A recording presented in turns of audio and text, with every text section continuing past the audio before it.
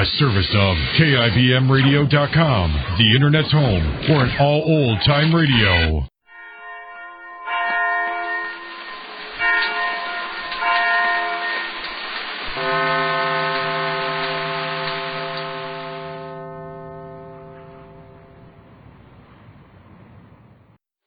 Kroger Tender Ray Beef, no other beef so fresh can be so tender, presents Hearts in Harmony transcribed. Kroger Tender Ray Beef. It's delicious. Yes, ladies, there's one word that fits Kroger Tender Ray Beef to a T. Delicious. Why, it couldn't be anything else but delicious. For Kroger Tender Ray is the one beef that's always fresh, always tender. You know it's tender because by the original Kroger Tender Ray method, the top U.S. government grades of beef are made naturally tender without aging. You know it's always fresh because by the Kroger Tender Ray method, there's no need for wasteful aging, no time for loss of savory juice. Yes, when you buy Kroger Tender Ray beef, you'll find its luscious red, rich in savory juices, and marbled with just the right amount of flavory fat. No other beef so fresh can be so tender, yet it costs no more than ordinary beef. What's more, Kroger guarantees it's the best eating beef you've ever served or your money back. So, ladies, next time you shop, buy Kroger Tender Ray beef. It's delicious. Always fresh, always tender. It's the finest beef value in town. Get Kroger Tender Ray beef soon at your Kroger store. And now, Hearts in Harmony. It's a little past the middle of the evening, and the rest of the house is asleep. Penny Gibbs is sitting in one of the two big easy chairs in her living room, just thinking. Young Nora Lang is sitting in the other big easy chair just across the coffee table. She's been thinking, too, but then breaks the silence with... Penny? What have you been thinking? Oh, about nothing particular and everything in general, Nora. I guess I was just daydreaming. You know, for a minute I thought you were asleep. Oh, both of us should be. What time is it? 10 o'clock. Oh, I thought it was much later than that. It feels a lot later to me, too. Freddie said he and Helen were working late, but I had no idea he meant this late. Oh, darling, don't let it upset you. Freddie and Helen will have to work for many nights for the next month or so.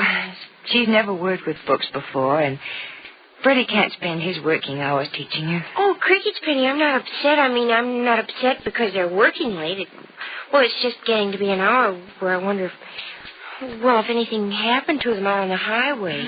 It's a dangerous road at night. Especially the way the people from the city drive down it. Well, you think sometimes they're trying to get from city to city without ever having to look at the country between. Don't blame all the fast driving on city people. Some of Rossville's own think an automobile has to go 70 before it's even moving. Yes, that is true. I wonder what people did for speed in the horse and buggy days. Oh, I suppose they went for a breathtaking 10 or 12 miles an hour and scared themselves to death. Nora, how's your father? I haven't heard either one of you say much about him lately. Oh, he's fine, Penny. Up and around outdoors at least half the day. Well, he doesn't even look as if he's been sick. Good.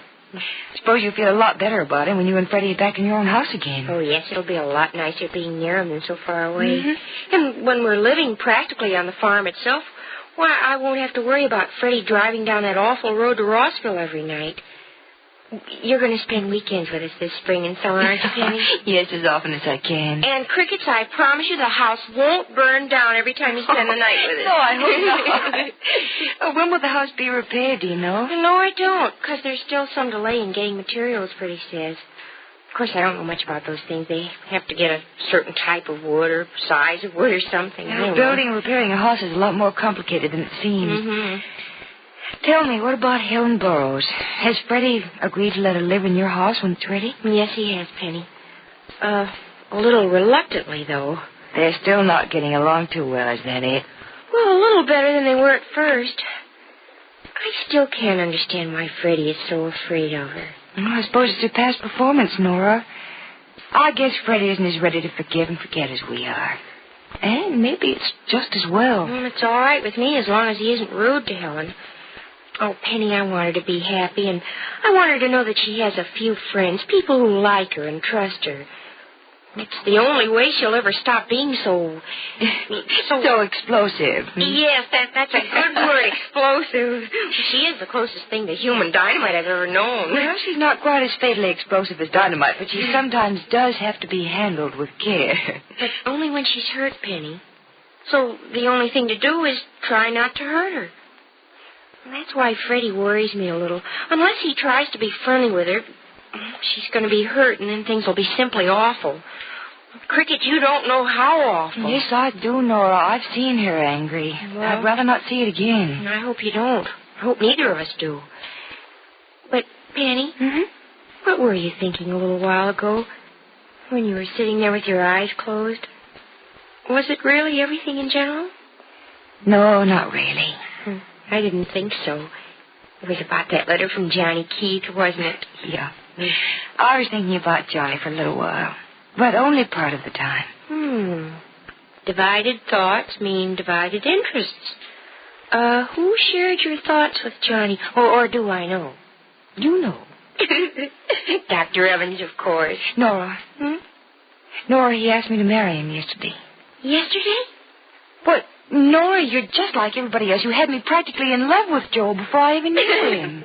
Well, maybe so, but, you liked him the minute you knew him, didn't you? Well, of course I liked him, didn't you, as soon as you got to know him? Oh, yes, but that's different. How is it different? I don't think it's different at all. Well, I don't know what's the matter with everyone. All I have to do is be nice to somebody, and let him be nice to me, and immediately they think I'm going to marry him. Well, aren't you? Aren't you going to marry Dr. Evans? I don't know. Well, Cricket, you're going to have to give him some kind of an answer, aren't you? I mean, if he asks you to marry him... I have to give him an answer. He wants one soon. You know, Penny, it's none of my business, but I think it's a shame that Dr. Evans is quitting Harrington Hospital. And, it could be that if he knew you were going to marry him, he wouldn't quit the hospital. I know that, darling. That's one of the reasons I've given so much thought to marrying Joe. Oh, Nora, I can't promise to marry a man just because he'll throw away a career if I don't. It wouldn't be fair to either one of us. Well, then, you really don't love him, do you? I don't know, Nora. I'm certainly very fond of him. I think I could love him, but... Oh, I don't know. Maybe I already do. Odd as it may sound, I have more practical things than love on my mind right now. More practical? Well, Mrs. Carlton's almost over her cold, and she'll be able to go out in a few days. Oh, really? That means I'll be occupied with the opening of the center for a while. Oh, well, will Hazel Peter and her friends be there this time? I think so. At least I hope so. Of course, I don't know for sure because I haven't heard from Hazel yet, but I imagine that Wendy told her he isn't seeing me anymore. Penny, I heard about the conversation he had with Mr. Billings. Cricket, but Wendy must have been surprised when Mr. Billings said he was pleased that you and Wendy were going to be married. According to Jet, he was scared to death. Oh, poor Wendy. I wonder if he's left town. Oh, Freddie. Oh, I was beginning to worry about you. Oh, we just got through work, Nora. Hi, Gibbsy. Hello, Freddie. Where's Helen? Well, she just went upstairs to wash and change her dress. I'm going to take her out for a bite to eat now. Well, there's plenty to eat right here. Oh, thanks, Gibbsy, but it's much too late to go digging into the icebox and messing up a lot of dishes. Hey, Crickets, Freddie, why didn't you and Helen eat on your way in from the farm? Well, I wanted to, but Helen said she didn't want to go into any place looking the way she does now. Where you going, Gibbsy? I think I'll go upstairs and go to bed, Freddie. It's kind of late and I'll have to be up early in the morning. Well, it's not so late. Freddie, it's after 10. It is? Gosh, I didn't realize that. I guess it seems kind of funny because I'm taking Helen out then, doesn't it? No wonder Gibbsy walked out on us. Guess she thinks we're all set for a nice big family squabble. No, Freddie, there's nothing for us to quarrel about. I think it's very nice of you to take Helen out this evening, and, well, I guess being just a little after 10 isn't awfully late. Look, I'll tell Helen no dice, and we'll snack on something here. No, you said you'd take her out, so take her out. But I'm so glad to see you and Helen getting along. I think it's kind of a good idea for you to take her out. Is there another wife in the world like you, Nora? I doubt it. I hope there isn't. Oh, Freddie, I'll need some money for the sewing machine repairman. He's coming tomorrow. Look, and Nora, all I have is $5, but $5? But crickets, Freddie, you had a lot more than that last night. Well, I know, but I spent it, Nora. I took Helen to dinner last night. To dinner last night? I thought you and Helen were at the farm last night. We were, but we had to eat. So I took her up the highway to that little roadhouse, and we had something to eat there. Well, Freddie, just across the yard from the office is Daddy's house, and there's more to eat there than any restaurant for miles around. Yeah, I know, but it was kind of late, and Dad was asleep, and I didn't want to disturb him, Nora. Besides, Helen wanted to go to that roadhouse. Oh, I know, but, Freddie, that's expensive. Sure, I know, honey, but Helen was going to toss a fit if I didn't take her to that place down on the highway. You didn't want that, did you? No, of course not. And you want me to be nice to her, don't you? Yes, Freddie, but we can't afford... Well, I should come. Oh, hi, Helen. Didn't take you long to clean up, did it? Just a fresh dress on the body, a little soap and water on the face. Hi, Nora. Oh, hi. You look awfully nice, Helen. Well, for me, maybe I do. All set, Freddie? I will be in just a minute. I have to run upstairs and wash up a little myself. Be right down. Well, take your time, Freddie. Well, how do you like working in the office at the farm, Helen? Oh, it's okay. I'm a little slow learning to work those books, but I'm going to catch on pretty soon, I guess. Oh, I'm sure you will. And you'll like the farm this spring and summer. It's beautiful out there. Yeah, I guess it is. Funny place for little Helen, a farm. But I guess you figure it's a good place for me, don't you? What with the pig pen you've got out there? Oh, Helen, please stop talking like that. When I'm sure nobody's thinking like that. No one's thinking like that. Besides, you're thinking of nasty old hogs. I think the little pigs we have are cute. They're kind of fun to carry around. I'll try it someday and see if I get a laugh out of it.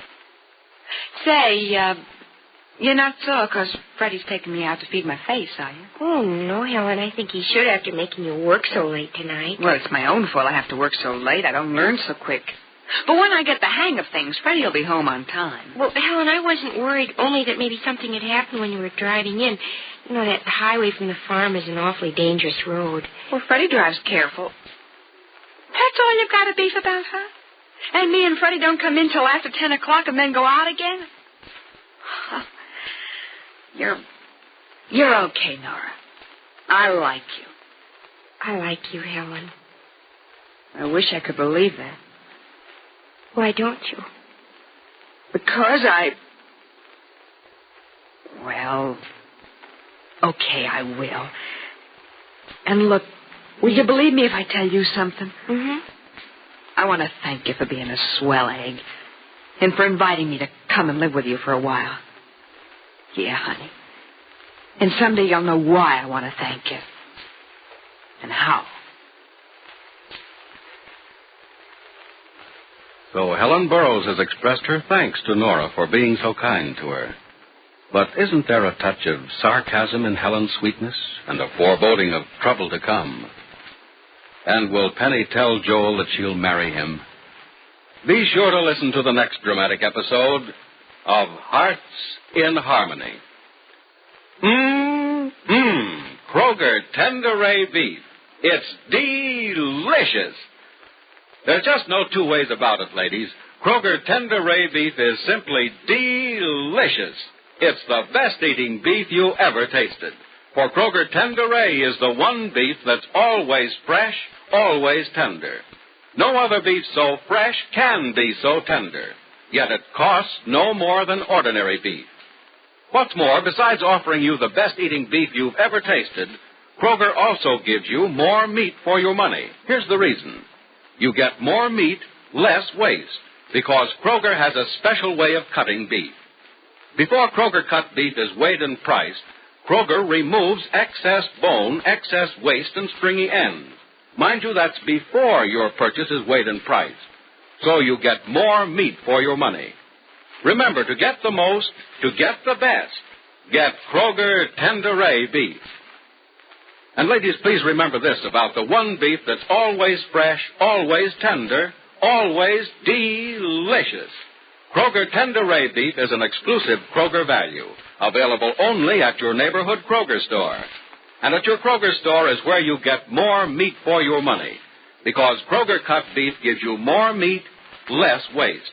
So visit your neighborhood Kroger store soon. Get Kroger Tenderay Beef. the finest beef value in town. Be sure to tune in again tomorrow, same time, same station, for another exciting transcribed chapter of Hearts in Harmony. Dragnet. Ladies and gentlemen, the story you are about to hear is true. The names have been changed to protect the innocent.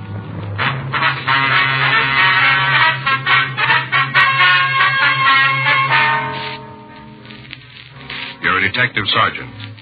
You're assigned to robbery detail. A watch salesman tells you his sample case has been stolen. He says he knows the men who did it. Your job? Find them. It was Tuesday, October 4th. It was cool in Los Angeles. We were working the day watch out of robbery detail. My partner is Frank Smith. The boss is Chief Detective Thad Brown. My name's Friday. We're on our way into the office, and it was 7:46 a.m. when we got to room 27A. Robbery. I'll check the book. All right.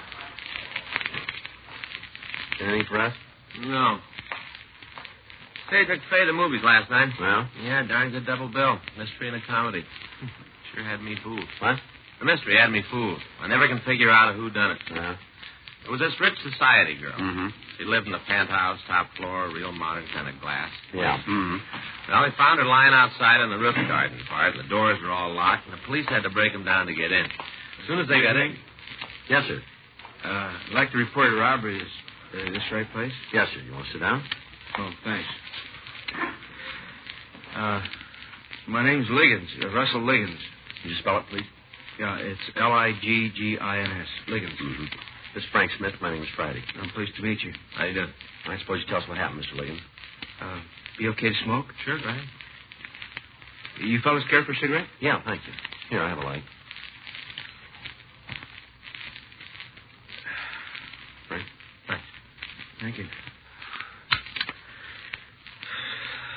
Well, it was my own fault to begin with. It just wasn't using my head. Uh-huh. The company ought to fire me. I wouldn't blame them if they did. What company is that? Sentinel Watch Company up in Seattle. I see. It's a new outfit. They import movements from Japan and put them in cases over here and wholesale them, you know? Mm-hmm. I'm one of their head salesmen. I came down for the Jewelers Convention. I see. The convention ended yesterday, and I was supposed to leave for home this morning, 9 o'clock plane. I guess I have to take a later flight now. Yes. Well, of all the dumb stunts, practically handed him my sample case on a silver platter. Over 100 watches. Our best stuff. A lot of them in jeweled cases. Company wanted to make a good impression, you know? Hmm. Where'd the robbery take place, Mr. Liggins? Front of the hotel. For all intents and purposes, that is. Which hotel is it? The Greystone. That's where I've been stopped. I see. Do you have any idea who robbed you? The best idea in the world. Yeah. Spent a couple of hours with him last night. Yeah? You see, what happened is this. Like I said, the convention was over yesterday and wound up about 5 o'clock in the afternoon. And, well, I had the whole evening ahead of me, nothing to do. Go ahead. I had dinner there at the hotel, a couple of drinks. Yeah. Stove too early to go to bed, so I thought I'd look the town over, you know? Mm-hmm. Stopped by Pershing Square and listened to those characters spouting off, and along about 10 o'clock I headed back toward the Greystone. Passed the bar and decided to go in for a nightcap. Do you remember the name of the bar? No, I'm afraid not. It's just a couple blocks from the hotel, though. It had a nice little combo in there, played pretty good music. So I sat around for a while. Yeah. I guess I had a little too much to drink. Oh, I wasn't drunk or anything like that, but had my share. Hmm. It must have been a little higher. I wouldn't have got started talking to a couple of strangers the way I did. Yeah. They were sitting next to me, these two fellas. We got to chatting, you know. Mm-hmm. It was about music at first. They seemed to be enjoying it. One thing led to another, and they bought me a drink, and I had to pay them back, of course. Yes, sir. Asked me what line I was in. I told them I sold watches. Said I was in town for the jewelry convention. They took a real big, said that's why they were here, too. Claimed they had a jewelry store in Salt Lake City. They mentioned their names? Oh, sure. They introduced themselves, but it didn't sink in. Not their last names, anyhow. George and Paul. Yeah, that's all I can remember. What happened then? Well, they started complaining about the quality of the watches they'd been shown. Said they hadn't seen anything worth buying. Well, so I asked them if they'd looked at my samples, and they said they didn't think so. Mm-hmm. I offered to make an appointment to show them my stuff. Figured I could stay over an extra day on the chance of making a good sale. And they said that wouldn't be necessary for me, you know, to stay over. Said they could meet me this morning before I left for the airport. And did you set up an appointment? Yes, sir. I told them it'd have to be early if I was still going to catch my plane, and that was fine with them. The earlier, the better. They agreed to meet me at 7 a.m. They even offered to drive me to the airport. Couldn't ask for anything more than that, could I? Okay. Well, anyway, I come downstairs about 6:45 and checked out, and they were supposed to pick me up in front of the hotel. Yeah. Well, about 5 or 7, they come by. I hopped in the car, and we drove off. We hadn't gone more than a mile or so when they pulled over and parked. Quiet street, not much traffic. Hmm. I asked them why they were stopping there. I figured on showing them my watches out at the airport. They said they wanted to look at them now. What was that again? They said that they want to look at them right now, in the car. The watches? Yeah. Mm-hmm. Go ahead. And it struck me as kind of funny. I didn't see where it would make any difference. And I opened up the case, and they just sort of glanced inside. And then one of the fellows, the one named George, he took out a gun, started shoving me through the door, and I tried to argue with him. I wasn't getting anywhere, though. Pulled a gun, huh? Yeah. And he, kind of pushed me with it. Mm-hmm. And finally, I asked him to please at least give me my suitcase. I said it wouldn't be worth anything to them, but I needed it. And they tossed it out on the street beside me and drove off. I see. What about your wallet? Did they take your wallet, too? Oh, no, just the sample case. I guess they were in a hurry, didn't want to spend a lot of time there in the street in broad daylight or something. Oh, I see. As soon as they left, I started looking around for a cab. I had to walk a couple of blocks before I found one. And then I got him to bring me right here. Mm-hmm. What kind of a car did they drive, do you know? The fellows that robbed me? That's right. Sedan. I think it was black. A Ford. Mm-hmm. Did you get the license? No, I didn't even think of trying that until after they were out of sight. Well, now, can you describe these men for us, please? Well, sure. Well, they were about 40, medium-sized. George had black hair. And the other fellow, he had sort of sandy hair, I see. Any marks or scars? I don't think so. How were they dressed? Suits. Conservative. Blue or kind of gray, maybe. I'm not sure. Mm-hmm. Were they wearing the same clothes this morning? Well, no, I don't know. They had on top coats today. I see. Now, you said their names were George and Paul. Yeah, that's right. Anything else that might help us identify them? Gosh, I'm afraid not. Do you have a list of serial numbers from your watches? Oh, yes. May we see it? Yeah, it's in my wallet. Yeah, just a minute. There you go. Oh, thanks very much. I'll get out of circular, Joe. Okay. Is there anything else you want from me? Yes, sir. We'd like to have you show us the bar where you met these men. Well, no, sir, I'm not sure I can. A lot of bars in the neighborhood, and I didn't pay too much attention. You said they had a combo there? Yeah. Well, that ought to make it easier. Well, I'll sure do my best. Yes, sir. I have to get my airline ticket changed, too. We'd appreciate it if you stay over a couple of days. Oh? In case we turn them up, we'll need you to identify them. Well, there isn't much chance of that, is there? How do you mean? Well, the descriptions I gave you could be anybody. Yeah. Besides, the company will want me back on the job. That is, if they don't fire me for this. Well, you aren't the only thing I want back. Huh? I want those watches, too. Frank and I checked the M.O. and the descriptions Russell Liggins had given us with the stats office. They came up with 11 possibles. We took the names to R&I and pulled the packages. Liggins was unable to identify any of the mug shots. 10:13 a.m., we cruised the vicinity of the Greystone Hotel looking for the bar where Liggins had first met the suspect. He told us the Green Hat Cafe on 6th Street seemed familiar, but he wasn't certain. We left him in the car and we went inside to interview the bartender. Look, you boys know me. I run a nice, clean place. Don't even cut the liquor. Yeah, sure. I ain't caused you no trouble. Why don't you lay off? Just a couple of questions for you, Sam. Sure. A couple of questions. Next thing I know, I'm testifying in court. You got something you ought to testify about? No, of course not. I'm just talking. Go and talk to us, huh? Okay. What do you want? You on the job here last night? Yeah. All evening. All evening. I got a little combo working in the joint now. They cost money. There's nothing left over for extra bartenders. You see that fellow out in the car? Where? Right over here, Sam. Lean over. See? Out there. Yeah, I see. Take a good look at him. All right, I look good. He ever been to your place? Like when? Last night. The bar was real crowded last night. Music helps the business. Mm-hmm. He might have been here. Well, yes or no, Sam? Yeah, he was here. Alone? Yeah, he came in alone. Mm-hmm. He took that stool over there, had a few drinks, and left. Mm-hmm. Did he talk to anybody? He talked to me. What'd he say? He liked the music, that's about all. Who else he talked to? A girl sitting next to him. Who was she? Well, I don't know her name. She comes in once in a while, kind of nice looking. There were a couple of men in here, too, weren't there, Sam? Well, there were a lot of guys. Why? Well-dressed, middle-aged? Could be. They talked to him, too, did they? The fellow in your car? Same guy, yeah. Well, if they did, I didn't see him. Had quite a conversation. I didn't hear it. Music's pretty loud. Who were they, Sam? Look, I don't ask for a driver's license unless the guy looks like he's under... Come on, 21. Sam. Who are they? He's conning you. Hmm? That friend of yours out there. Yeah. End stool, that's where he sat. Uh-huh. The girl was next to him the whole evening. Well? He couldn't have talked to nobody else.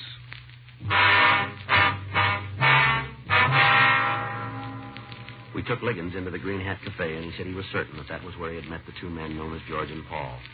Sam Hupple, the owner of the bar, was equally certain that Liggins was mistaken. 10:48 a.m. Frank and I drove Liggins over to the Greystone Hotel. While he went inside to re-register, we talked with the cab drivers who were stationed at the stand next to the main hotel entrance. One of them told us he had been parked there from about 6:30 until 7:15 a.m. that morning. Thought I was never going to give me a fare. When it starts like that, the whole day's shot. Look at me now. Been sitting here for the last 25 minutes. Did you see a man come out of the hotel about 5 minutes to 7? I was watching those doors real anxious. If he came out, I saw him. Same fellow we just let on. Oh. You remember him? Sure. Did you notice the car he drove off in? You kidding? What do you mean? This hack of mine. Huh? He was my first fare this AM. You picked him up here. That's right. Wasn't 5 or 7, though. Closer to 7:30. Where'd you take him? City Hall.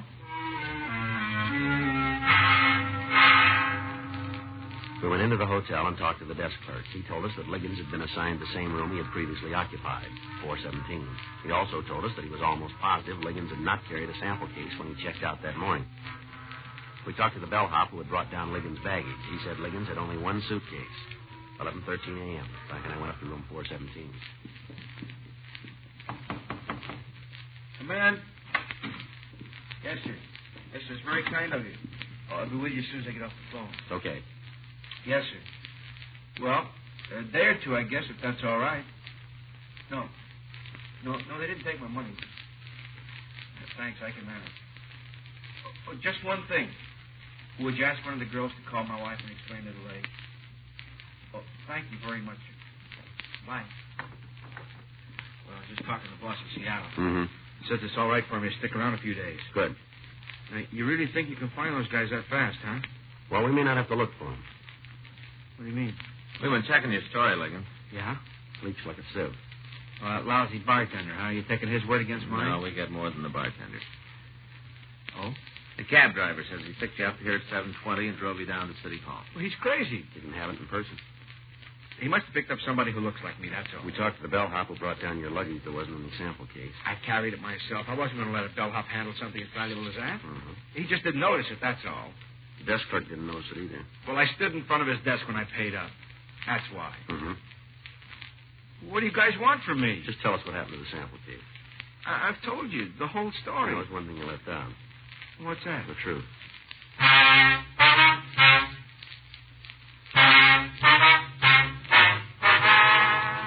We continued to question Russell Liggins in his hotel room. He insisted that he'd been telling us the truth. We confronted him with the cab driver, the desk clerk, the bellhop. He refused to change his story. 1:05 p.m., we drove Liggins down to the City Hall for further interrogation. How much are the watches worth? The wholesale or retail? Both ways. About 4,000 wholesale, maybe 10 retail. A lot of money. Well, sure. The boss upset. Well, he wasn't very happy about it. He's insured, isn't he?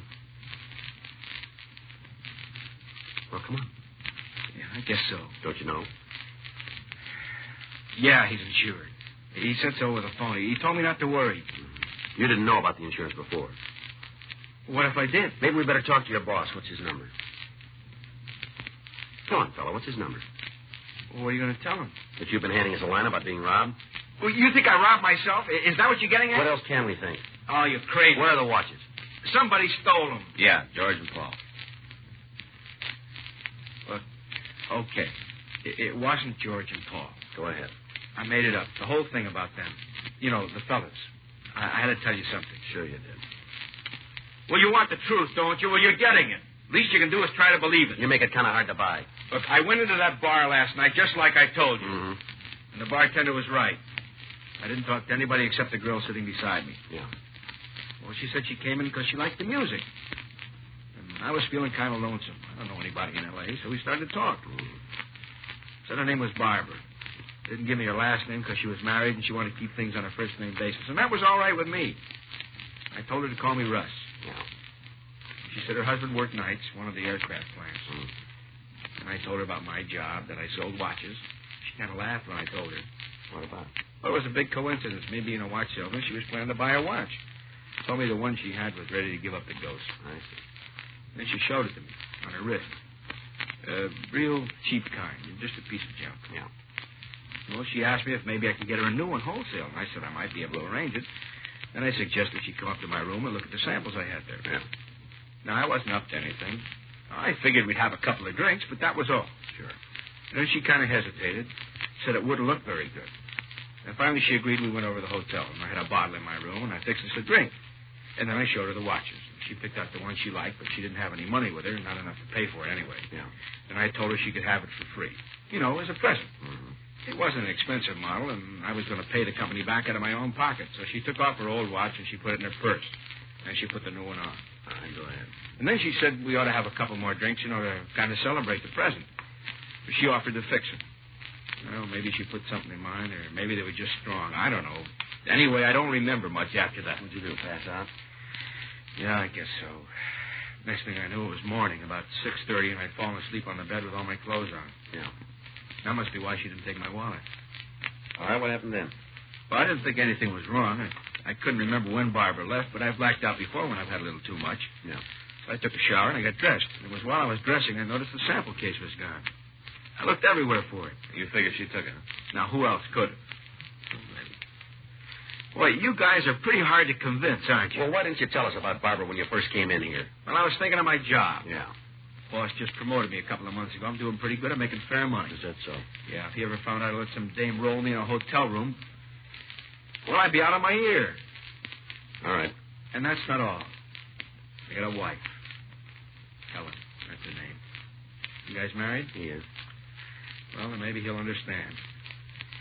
We've only been married a couple of years, and Helen doesn't like the idea of me being on the road half the time. She's suspicious enough as it is. Yeah. So I did some quick thinking, come up with the story I gave you this morning, about George and Paul.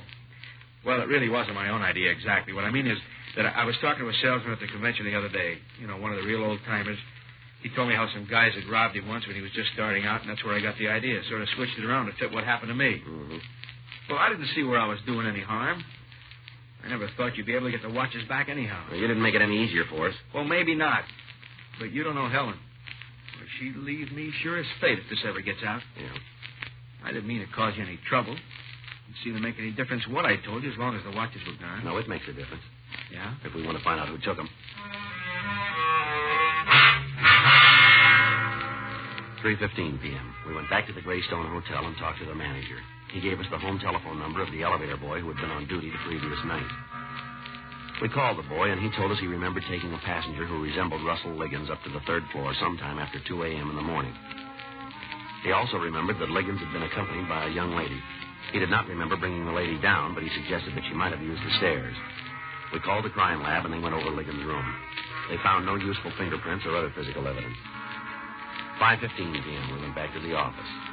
Liggins gave us a description of the girl known to him as Barbara. We showed him some mug shots, but he was unable to identify any of the women. 7:18 p.m., Frank and I again interviewed the bartender at the Green Hat Cafe. Well, what did I tell you? Just a couple of questions, that's all. Next thing I know, you guys have moved in for the winter. All right, Sam, now take it easy. Have I got any choice? You remember the girl Liggins was talking to in here last night? So it's a girl now. I thought it was two guys. Oh, come on, Sam. You mentioned her yourself. I never figured you fellas believed anything I told you. We want to know who she is. Just a girl, that's all. She comes in once in a while. She got a name? Never introduced herself. She live in the neighborhood? I don't know. Well, who does? Look, this Liggins is a character. He's already taken you for one ride today. Now, why don't you get off? We'd like to get in touch with you, Sam. Get in touch.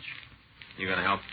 Well, how can I help you? I don't know her name. I don't know her address. Yeah, well, maybe you can find out. I busted my crystal ball just the other day. All right. We'll send in a couple of uniforms to watch your joint for a few days. Hmm? You got any objections? Well, sure. Cops make me nervous. Like the customers nervous, too. Maybe you got the wrong kind of customers. Well, what are you going to do? All right, talk to Jeanette. Jeanette? Yeah, the waitress. She's in the back room eating her chow. She know the girl we're looking for? Yeah, they're real buddy-buddy. Spend half their time chinning together. Never get any work out of Jeanette once the other one comes in. All right, Sam. Thank you. You know, there's something been worrying me. What's that? Whenever you guys show up, I make up my mind you're not going to get any answers from me.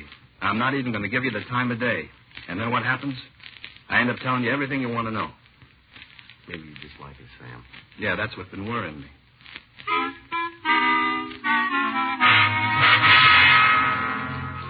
Frank and I walked back into the kitchen of the Green Hat Cafe, and we interviewed the waitress, Jeanette Grover.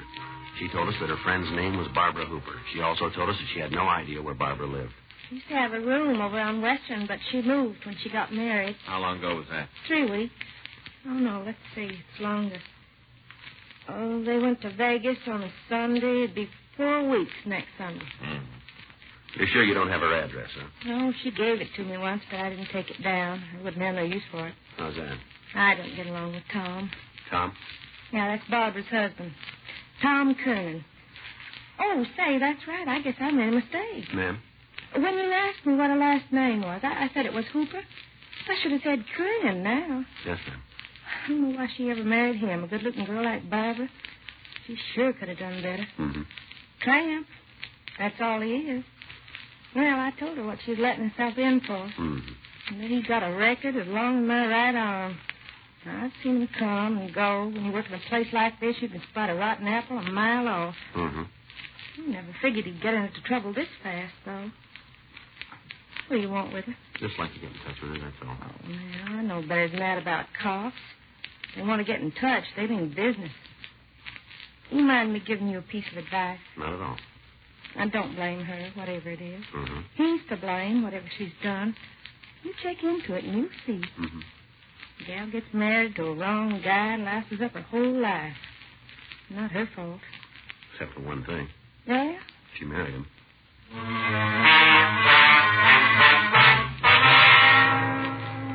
We went back to the office and ran the name Thomas Kernan through the record bureau. They came up with a package. Kernan had served time for burglary and was now on active parole. We checked with Fred Galloway at adult parole. He told us that Kernan's last known address was an apartment on Western Avenue. We drove out there. Down here. Yeah. Hey, heard it. You all set? Wait a minute. All right.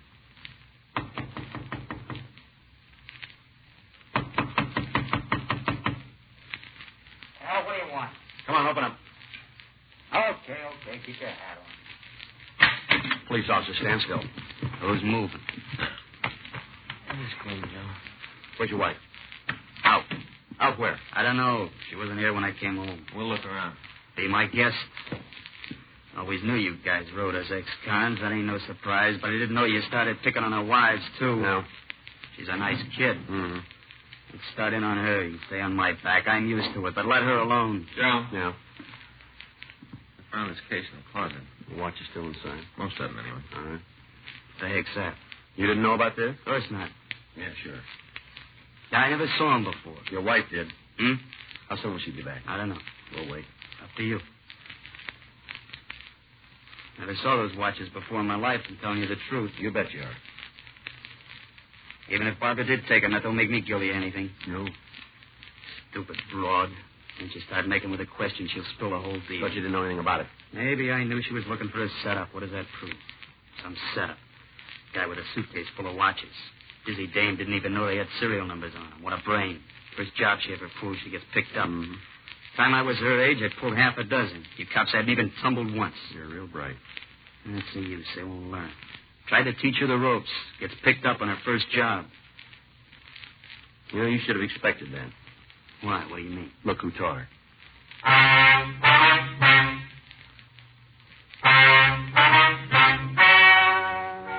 The story you have just heard is true. The names were changed to protect the innocent. On February 2nd, trial was held in Department 97, Superior Court of the State of California, in and for the County of Los Angeles.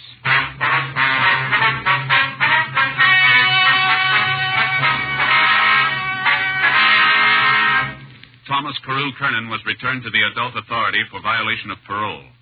Violation of parole is punishable by the term not served. Barbara Jane Kernan was found guilty of grand theft, 1 count. Grand theft is punishable by imprisonment in the county jail for not more than 1 year, or in the state prison for not less than 1, nor more than 10 years.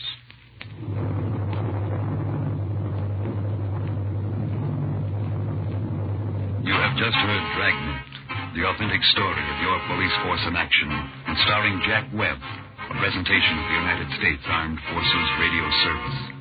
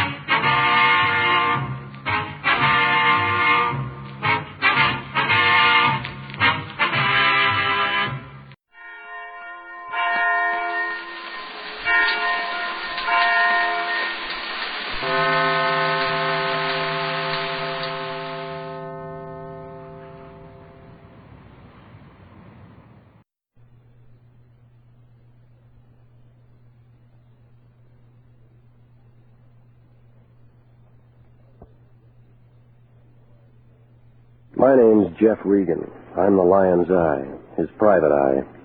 I work for Anthony J. Lyon, head of the International Detective Bureau. He doesn't care where the money comes from, just so long as it comes to him. He cashes in on trouble, and for him it pays off. For me, it's work.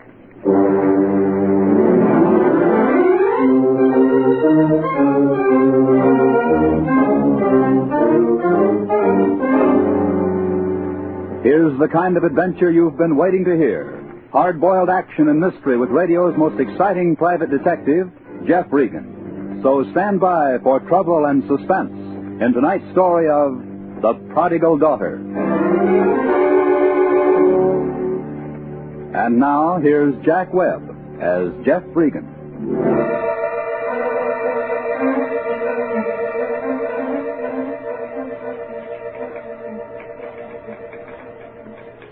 Well, this is the way it started. Melody was sitting in the outer office wearing her horn-rimmed glasses. That told me that the client was in with a lion. I smiled at her, and she blinked back, rolled her eyes toward the lion's den. He's polite today. Yeah, I know. On the phone, I was Jeffrey. No. Yeah? Why do you stand for it? I wish I knew, Melody. Buzz me in, will you? Yes, Melody. Mr. Regan, dear, now, Mr. Lyon. Oh, well, send him in. Send him in. We're waiting. Good luck. Thanks. Ah, Jeffrey. Jeffrey, my boy. My boy, come in, come in. There's someone here I want you to meet. Now then, Jeffrey. Mr. Carter, this is Mr. Jeffrey Regan, one of my very best men. Jeffrey, this is Mr. Daniel Carter. How do you do? How do you do, Mr. Regan? Mr. Lyon has assured me that you're a discreet young man. Well, The soul of discreetness, Mr. Carter. The International Detective Bureau is ethically bound to employ sympathetic, understanding personnel, as well as alert, productive operators. I hope that's true, Mr. Lyon. In my publishing business, I never had the occasion to settle my trust on any one person. Very delicate situation, Jeffrey. Yeah. Now, go ahead, Mr. Carter. Everything said in this room is in the strictest confidence. Well, I want you to know that it wasn't easy for me to come here. It's admitting defeat in a way. Patrice is my daughter. 5 years ago, she walked out. Oh, I can understand in a way. When her mother died, I started sending her away to schools. I was no companion for her. Well, have you heard from her at all? Do you know where she is? I've never heard from her, Mr. Regan, since she left. I don't know where she is. But I want her back, Mr. Regan. I can see how you feel. International is in business to make people happy. Now, I've offered Mr. Lyon a $2,000 fee if he can find my daughter. $2,000. That figures. Now, you can trust International to find your daughter and bring her back. Well, then I guess that's all, Mr. Regan. I'll go now. You'll let me know as soon as you find anything? Of course, of course. Then good day, gentlemen. Trust International, Mr. Carter. Good day. Here's your ticket.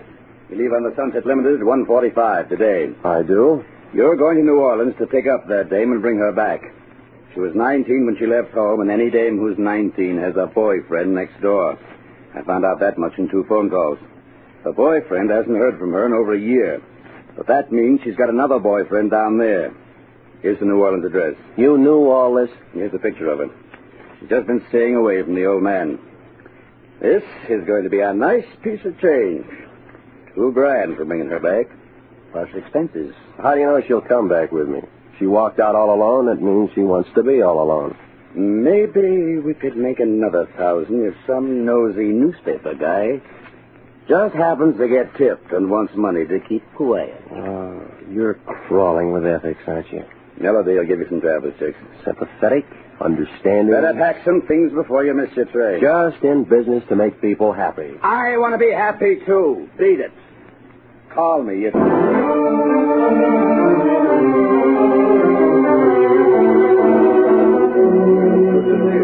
Well, they serve the most delicious oysters as you can try at to go racing? 2 days later in New Orleans at the Roosevelt Hotel, home of the original Ramus Gin Fizz, I figured it would take a lot of fizz to pull away that southern heat, but everybody in the lobby seemed cool enough in linens, tropicals, and seersuckers, except me and a big perspiring man leaning against the CNS ticket counter. He smiled when he saw me and came across the lobby holding out his hand. Well, I'm really glad to see you. We thought you'd never get here. Nice trip? It was all right. See, the rest of the boys are headquartered in E10. They're mighty anxious to meet you. They are? Mighty anxious. Delta Cotton Growers are going to make it or break it at this convention. Now, I want to... He was talking real sincere and bent over to make a gesture. The accent was phony, but the bulge inside his double-breasted gabardine coat was real enough. It was a .38 automatic. I say, I'll take you up right now. Why don't I meet you up there later, huh? Well, all right, if you'd rather. That's room 810. I'll go out and get a bite and meet you. You do that. About an hour. Clerk. Yes, Mr. Regan? How long have the Delta Cotton Growers been in town? The Delta Cotton Growers? Boy, they had their convention last May. Last May? Yes, sir. Who's registered in room 810? Well, we have no 810, Mr. Regan. That's what I thought. Thanks.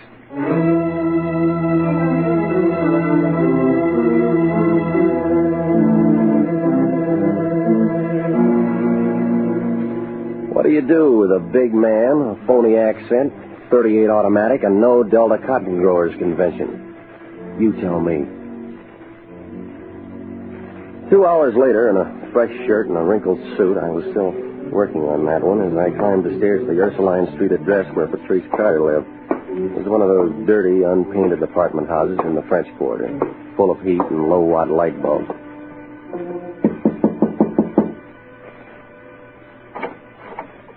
The girl who opened the door was tall, black-haired, wore a black dress. The picture Lion had given me of Patrice Carter was a blonde. Yes? My name's Regan. I wonder if I could see Patrice Carter. Huh? Patrice, you're a friend of hers? Yeah, I'm from Los Angeles. How do you do, Mr. Regan? I'm Janice King, Patrice's roommate. Please come in. All right. Right this way. Maybe it was because the 2 big rooms I followed her through were dimly lit, or maybe it was a sweet, sick smell of flowers. I don't know, but perspiration began to trickle down my back, and I braced myself when Janice King opened another door. Here you are, Mr. Regan.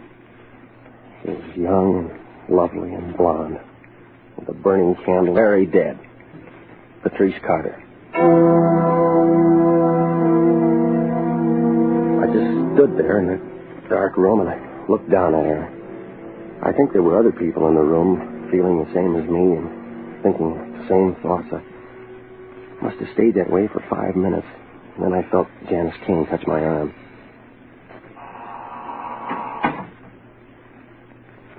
Did you know Patrice very long?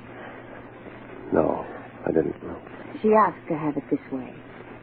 I know how you must feel being a friend, Mr. Regan. Look, Miss King, I didn't know her at all, and I didn't know that she was passed away. I'm a private investigator. I was hired by Daniel Carter to locate his daughter. Daniel Carter? You knew that she had a father? Yes, Mr. Regan, I knew. She told me about him. She told me everything. Oh, you aren't the first one who's been here looking for her. There have been others, detectives and lawyers trying to get her to go back. Carter knew she was here? If he'd loved her for just one unselfish moment, she'd never have left him. Well, Mr. Regan, she's where he can't bother her anymore. She's where he can't ever see her. Tell him that when you go back. Tell him she's going to be buried tomorrow.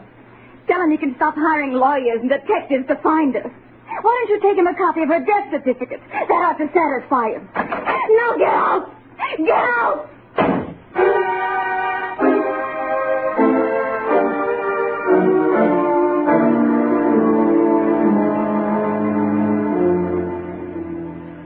Well, the whole thing had looked too easy right from the beginning. I took her advice and I went down to the morgue to get the dope on Patrice Carter's death. There was one white coat there, a little man with a bald head who introduced himself as Oliver Fig. So you're from Los Angeles. So how are things in Los Angeles? What'd you say your name was? Regan, International Detective Bureau. Came here to locate a girl named Patrice Carter. I just came from her apartment. Mm-hmm. And she's dead. Yeah, I know. How? Might have wiggled herself to death. Did a dandy strip number at Joe Glorioso's joint. Stripper? Yeah, you got him in Los Angeles, ain't you? Seen that Carter dame lots of times. Great. Well, I thought maybe you could give me a copy of the death certificate. I got to take something back with me. Sure. Glad to do it. Oh, she was a real girl. Shame, dirty shame.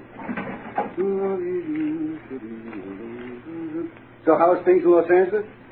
And let's see. Blanky. No, not the same guy.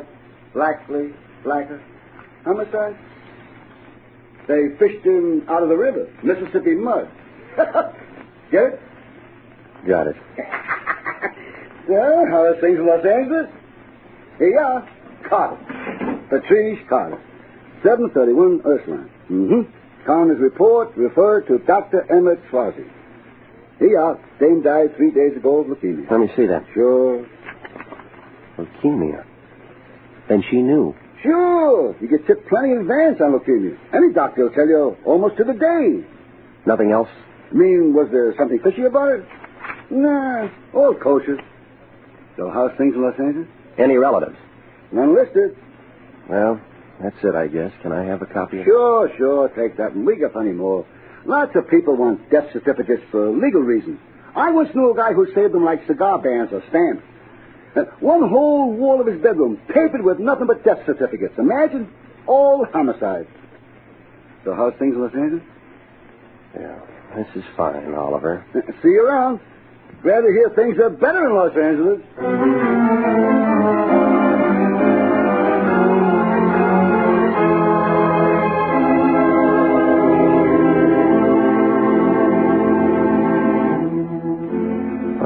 Wasn't anything more to do after that but go back to the hotel and try to get a reservation out of town. When I asked for my key, the clerk passed me 3 printed messages telling me that a Mr. Lyon of Los Angeles had been calling. When I got to my room, he called again. Regan, is that you? Where you been? Keep your shirt on. Come on, tell me. Did you see her? Yeah, I saw her. What'd you say? She's gonna play ball? How soon are you coming back? She didn't say anything, and we aren't coming back. What do you mean? She's dead. What? D-E-A-D. Dead. She can't do that. It happened 3 days ago. Leukemia. Now, wait a minute. Old man Carter's paying us $2,000 to bring her back. They're going to bury her tomorrow morning, and they don't want any interference. She was laid out. Her roommate laced me up and down for working for the old man. Name of Janice King. Good-looking brunette. I told Carter we'd bring back his daughter, and we will. There's $2,000 in this, and you know how I feel about money. Yeah, I know. So get busy. Now, look. I've done a lot of dirty, rotten things for you, but he's an old man, and he's sick, and I'm... And he doesn't wear dark glasses because it's a sunny day. He's almost blind. Now go on over and get that roommate and bring her back. He'd never know the difference. I won't do it. Offer her $500 to come here and pose as Patrice Carter for a week. And she can take a powder. I won't do it. I'm calling Carter first thing in the morning and telling him you found his daughter and that you're on your way back to Los Angeles. I won't do it.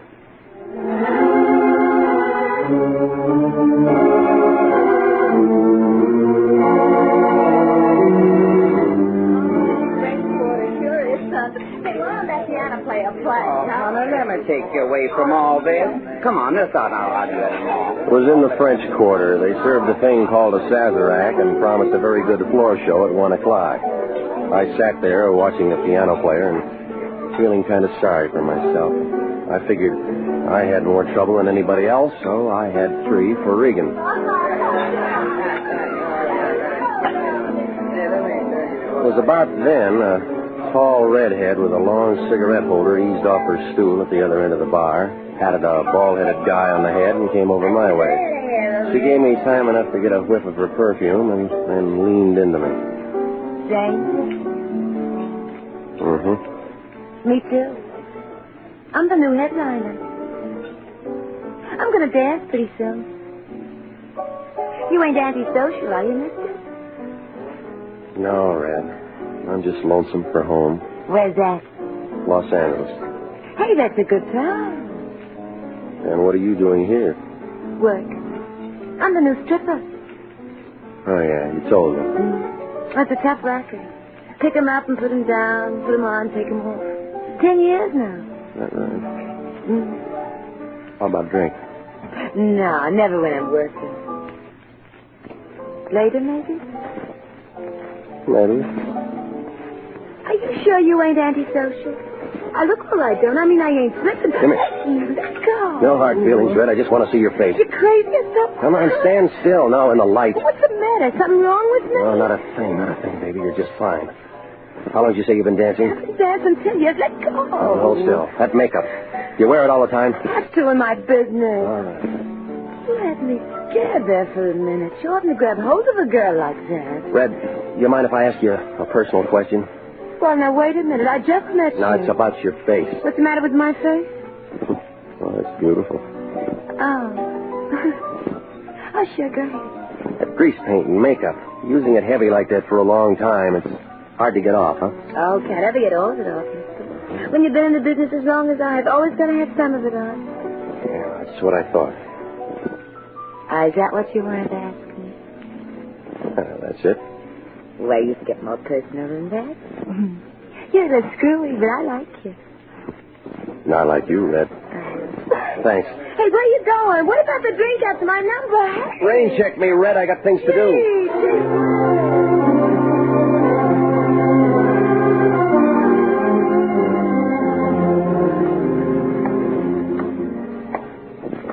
I had to go back to Janice King's apartment. It was a sticky, sick kind of New Orleans night. From one lighted street, I turned off on Ursuline, a darker, dirtier street. I stopped right in the middle of the block. All kinds of people have followed me at one time or another, and I've followed all kinds of people. But this had a professional feel to it. Stood there, listening, remembering my automatic and my suitcase back at the hotel. It only took him a second. He was a professional, all right. All I could see was well-pressed gabardine, 2 arms, and a hand-painted tie. The next thing was a gun butt carefully wrapped in a white linen handkerchief. Settled slowly against the side of my head. One of the well-pressed arms reached over and held me under the shoulders. I yelled at the top of my lungs, but there wasn't any noise. Regan of International was out as cold as a can of beer.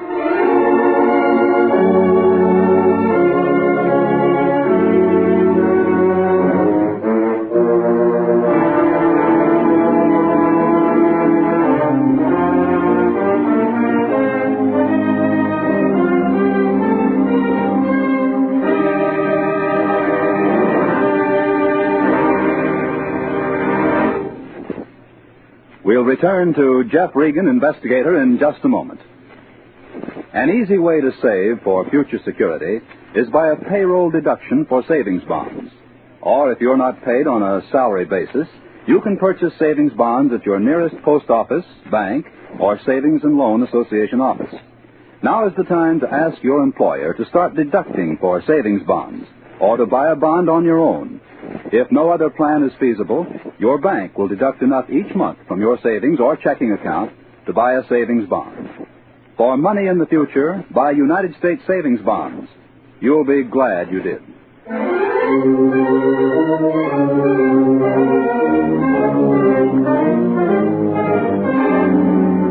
And now, back to the story of the Prodigal Daughter and Jeff Regan, Investigator.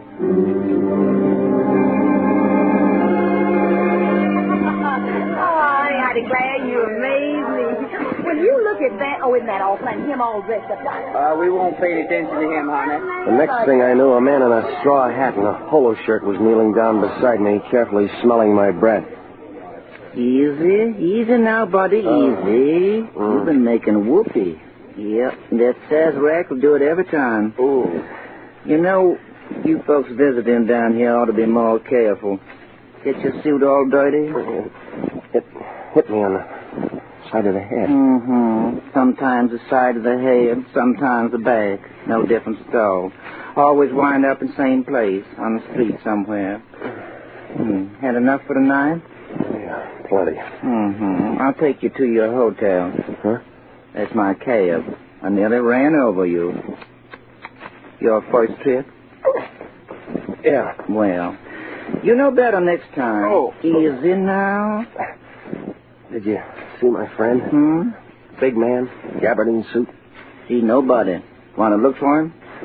Later. Say, what you hunting for? My wallet. Somebody take it? No, nothing's missing. Everything's right here. Honest town. Oh, yeah, you're so right. Well, you feel better when you get back to your place. Yeah, sure. It wasn't quite right. I didn't feel better until the next morning when I got a telegram and read, "Found out Carter's broke. Come back. Forget the whole thing. Lion." And that was the first good news I'd had in 3 days.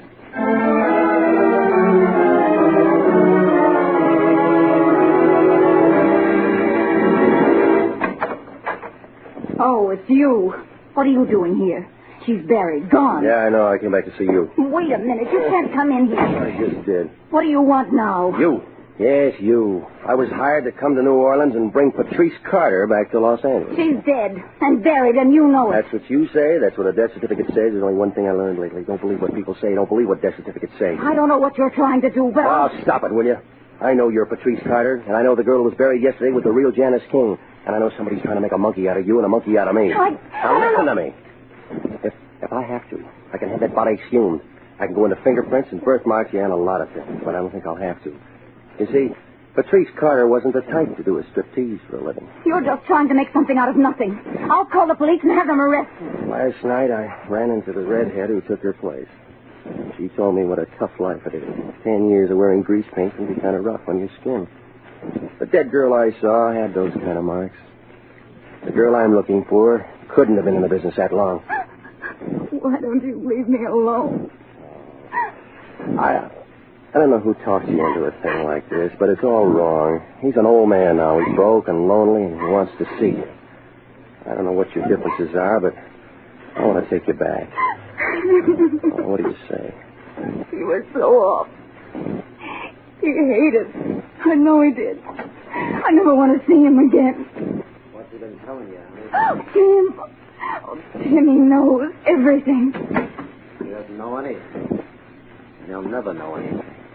This your boyfriend? He had a phony accent when he tried to shake me down in the hotel lobby. Get out of here, Regan. I played ball, and you had to quit trying. It all fits now. This guy's been holding your hand for the last year. He's been real sympathetic at me. Get out before I throw you out. He told you how to trade names with that poor kid who was dying of leukemia. He told you to send me to that morgue for a death certificate. And he dropped me in the gutter last night to make sure I had it. You know why? Don't listen to this character. Baby's off his nut. He's a private detective from Los Angeles who's been getting paid to make love to you. No. Regan, I told you to shut up.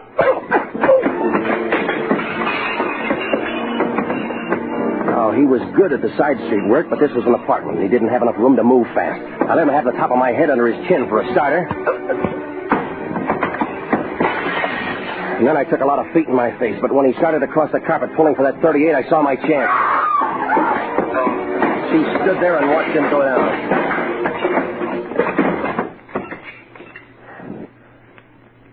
It's not true. It's not true. You're just here to make more trouble for me. You're just here to make... Am I? I thought I recognized the touch. Here. Here's his wallet. Look for yourself. Here, catch. Timothy Conover, Private Investigations. Well? Come on, kid. I'll take you back home.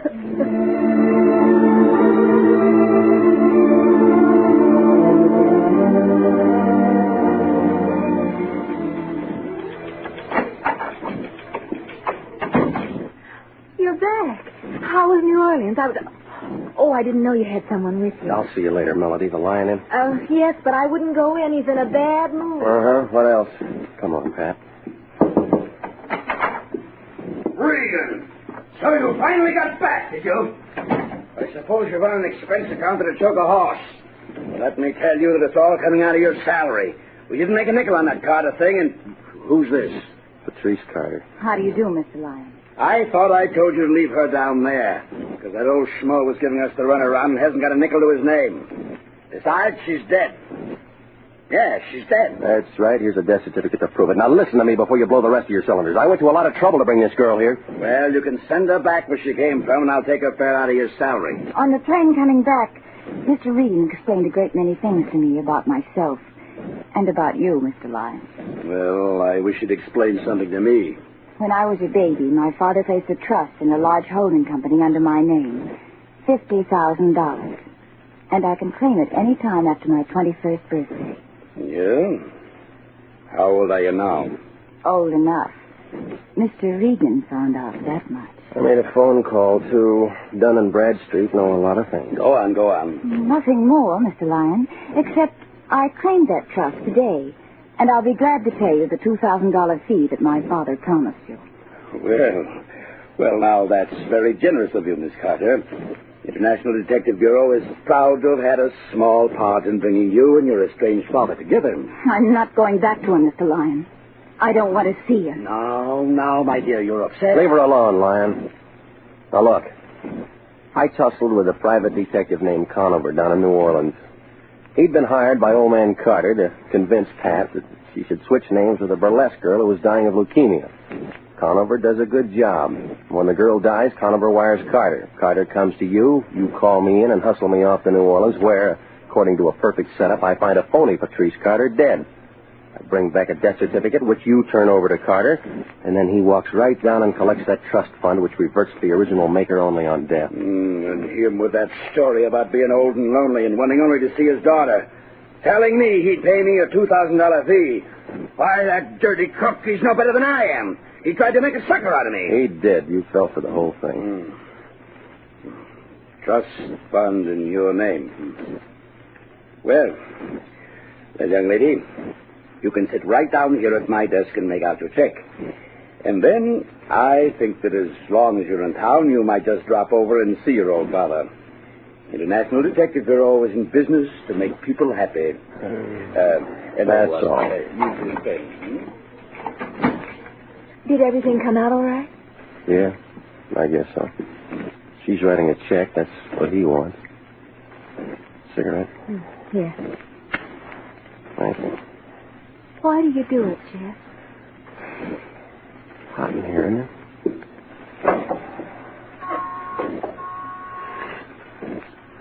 The air feels good. Makes you clean. He doesn't care whether it's homicide or arson or a lost daughter or just people getting kicked around. He makes money on it. I help him. You didn't answer me. Why do you do it? I don't know, Melody. I don't know.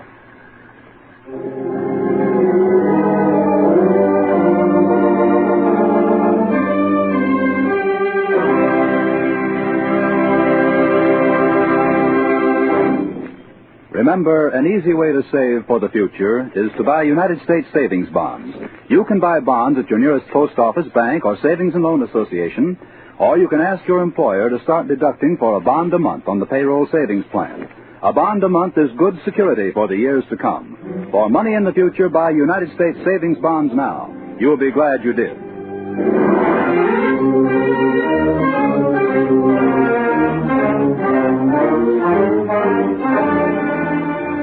Jack Webb is featured as Jeff Regan, Investigator, with Wilms Herbert as Anthony J. Lyon and Lorette Philbrandt as Melody. Tonight's cast included Betty Lou Gerson as Red, Lou Krugman as Conover, Theodore Von Eltz as Mr. Daniel Carter, Eve McVeigh as Patrice Carter, and Harry Lang as... How's things in Los Angeles?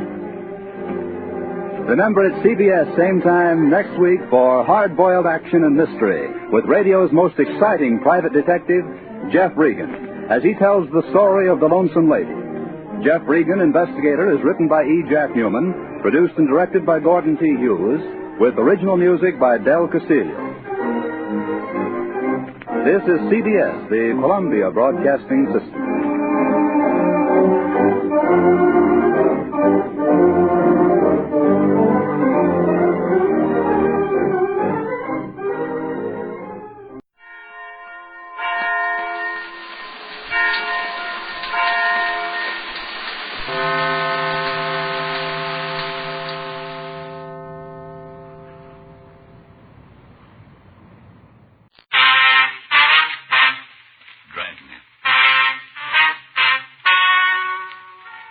Ladies been changed to protect the innocent.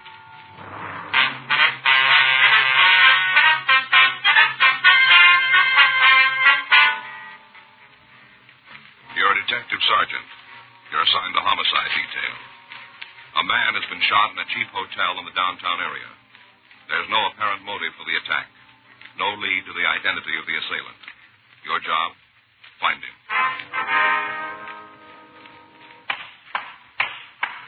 It was Tuesday, January 11th. It was cold in Los Angeles. We were working the day watch out of homicide detail. My partner's Frank Smith. The boss is Captain Lorman. My name's Friday. I was on my way into the office, and it was 5:26 a.m. when I got to room 42. Homicide. Yeah. We just got the call, Skipper. Mm-hmm. Oh, he's on the way in.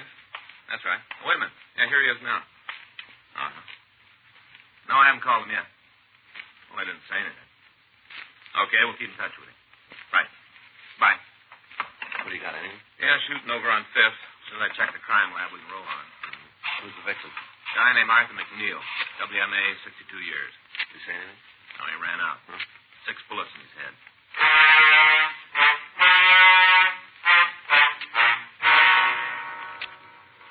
The Dragnet Hotel was located on 5th Street between Turner and Banning. It was an old, run-down building.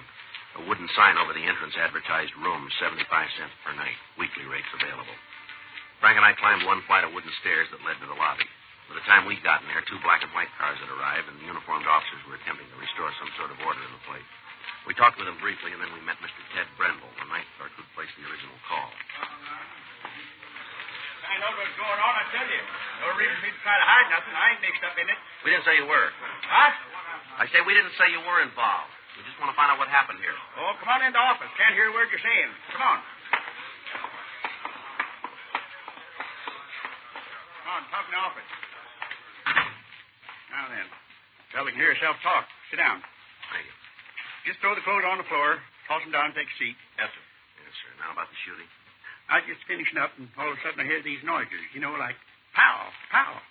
Loud, sharp. Yeah. Wasn't sure what they was at first. A lot of noise around here all the time. People falling out of bed, bottles breaking, stuff like that. Mm-hmm. It was loud enough, though. I figured I ought to take a look, so I went upstairs. Yeah. A couple other people were out in the halls trying to find out what the hullabaloo was all about. Wasn't anything to let anybody know. Yes, sir. Then I come to Mr. McNeil's room, 319 on the left. Mm-hmm. Door was open, wide. I looked in. There he was. McNeil? Yes, sir, laying right on the floor. Just kind of sprawled around like it just dropped there. Yeah. I called to him. He yelled. Light wasn't on the room. Couldn't see too good. Didn't know right off. Then I went in. Yes, sir. Dead. Called the cops. Told them it was a killing. Said for him to come right then. Did you go in the room at all? Well, just to look at Mr. McNeil. As soon as I saw what happened, I turned around, run to the phone, called the cops. What can you tell us about this McNeil? Oh, not much to say. Quiet. Didn't cause no trouble. Didn't drink. Paid his rent on time. Mm-hmm. Do you have any relatives in town that you know of? Didn't hear him say nothing. Is there anything else you might tell us about it? No, nothing right off. All right, thank you. You going up to see the room now? That's right. Sure don't make much sense. What's that? Why anybody do it? Plain little guy. Nothing about him make him stand out, take any notice. Mm-hmm. Mind his own business. Got along with all the guests. Wasn't anybody paid any attention to him. You got it wrong. What? Somebody did.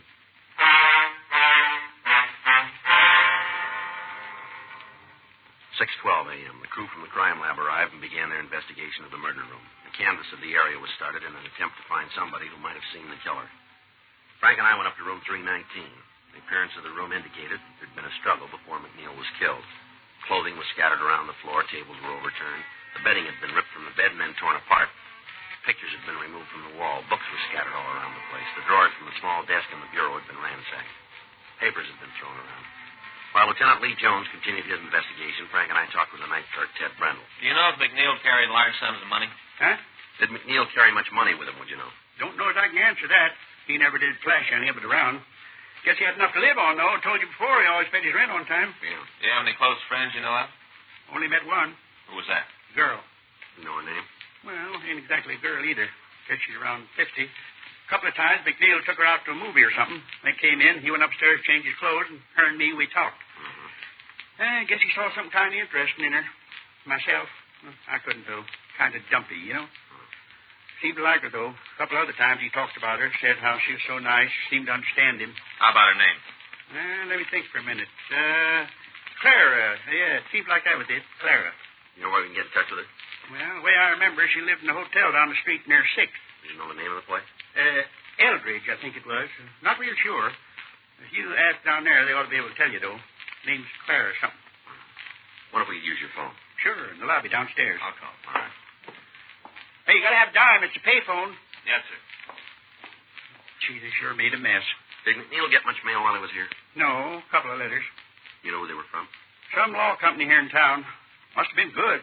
You know how they have the name printed up in the corner of the envelope? Yeah. Embossed. Must cost them something. You remember the name?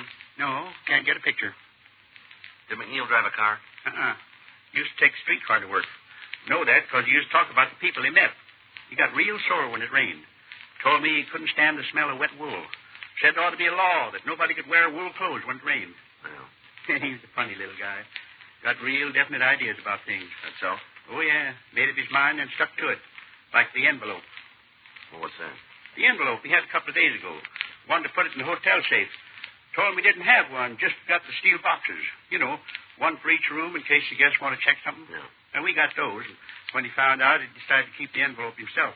He tell you what was in it? No, just acted kind of mysterious, like it had something real valuable inside. When he found out it wasn't safe, he told me he'd keep it with him. But he didn't give you any idea what was in the envelope? No, just plain white, little, like you mail a letter in. Yeah. How about you find a woman? Yes, sir. I'll see you in a minute, Joe.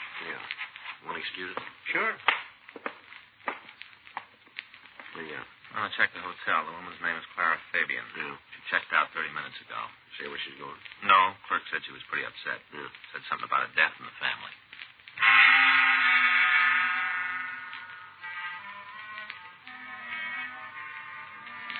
Frank and I went over to the Eldridge Hotel. We talked to the manager, and he told us that the Fabian woman had left hurriedly. We checked her room, but we found nothing to indicate where she might have gone. We called the office and had the name run through R&I. We found she had a record listing several drunk arrests and 2 convictions on bunco charges. Her picture was pulled and shown to Ted Brendel. He identified her as McNeil's friend. From her package, we obtained the name of a sister living in the Los Angeles area. 7:21 a.m., Frank and I drove out to talk to her. At first, she refused to tell us anything, but after questioning, she admitted that she'd heard from Clara Fabian that morning. She'd called to say that she was checking into a hotel on South Spring Street. When we got to the place, the desk clerk told us we'd find her in the coffee shop. I guess that's her. Yeah, matches the description. Yeah. Clara Fabian? Yeah. What do you want? Police officers would like to talk to you.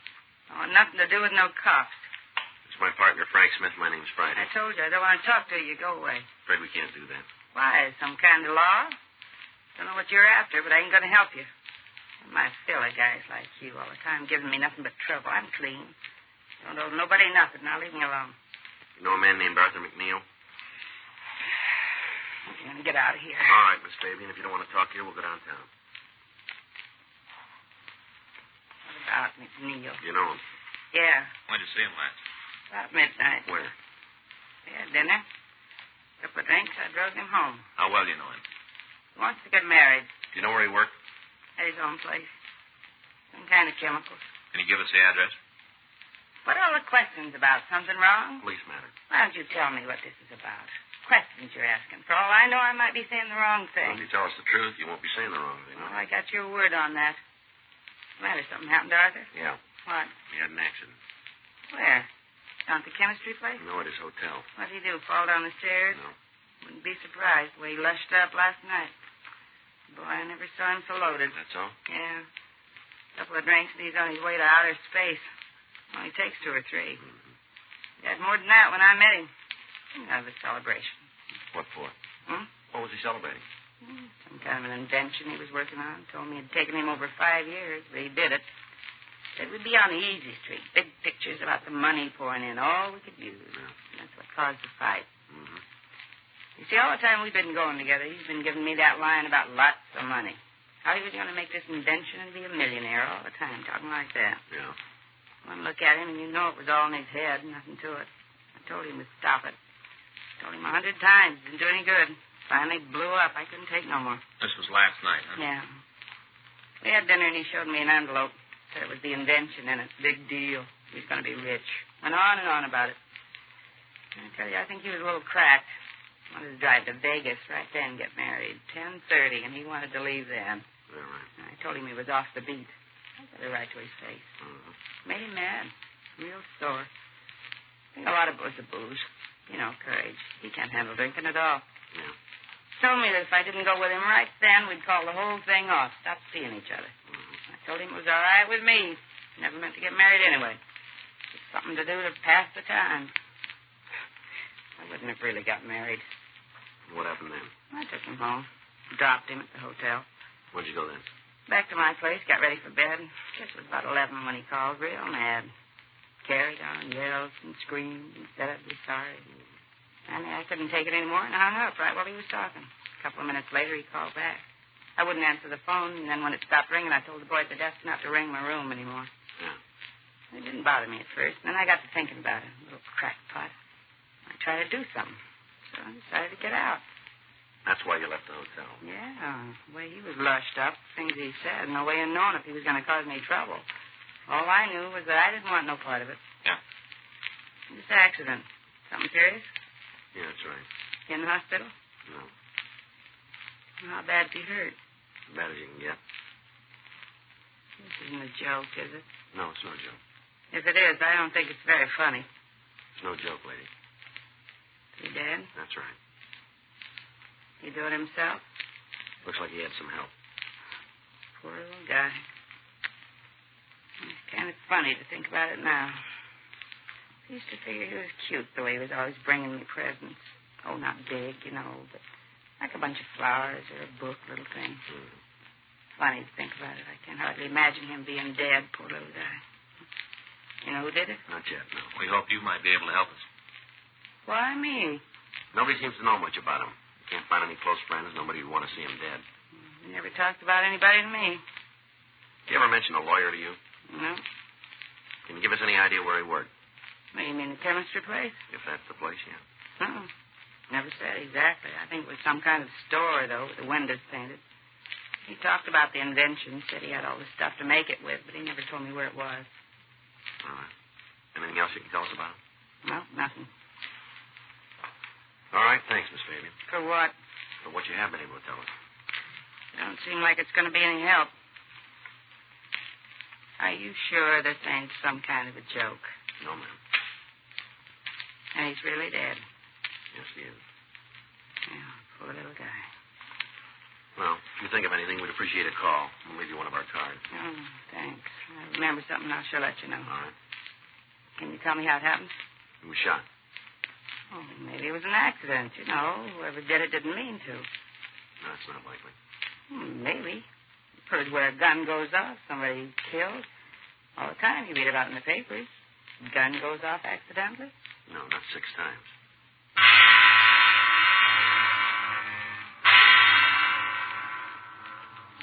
Frank and I went back to the office. We called the crime lab and talked with Lieutenant Lee Jones. He told us that they'd been unable to find anything we could use at the scene of the killing. He said that the victim had been shot with a .38 caliber revolver. In going over the room, his crew had found several items of value. In light of this, there was the possibility that the motive for the killing was not robbery, as we'd thought before. Lieutenant Jones said that the coroner had called, and he'd said that he'd found over $100 in cash on the body of the victim, also a wristwatch and an expensive ring. In one of the pockets of the coat McNeil was wearing, the crew from the crime lab had found an address book. Jones said he was sending it over to us. The canvass of the area had netted us nothing.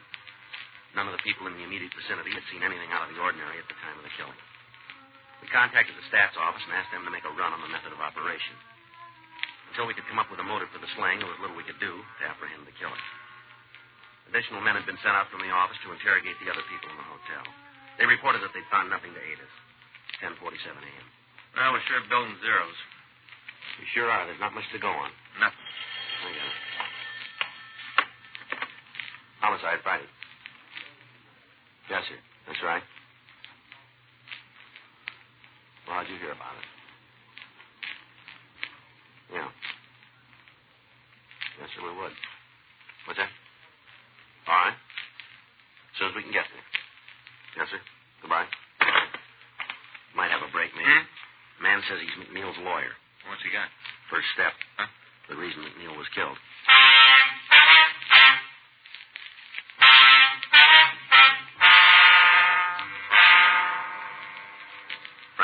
City Hall and drove over to the address I'd been given on the phone.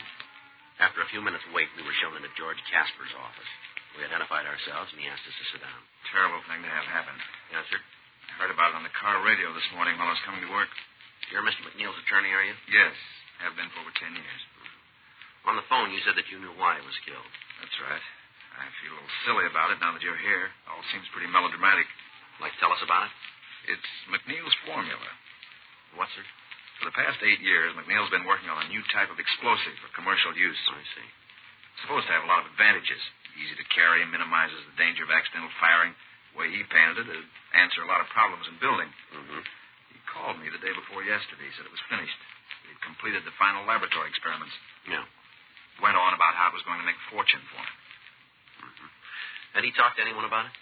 I'm not sure, but knowing McNeil, I imagine he did. Why did he say that? These experiments got to be an obsession with him, about the only thing that mattered. A couple of times when we were out someplace, he'd have a few drinks and start talking about the explosive, loud enough for anyone near him to hear it. You know where he worked? Yes, small place out in the valley. I can give you the address if you want it. Yes, sir, we'd appreciate that. Have you any idea who might have killed him?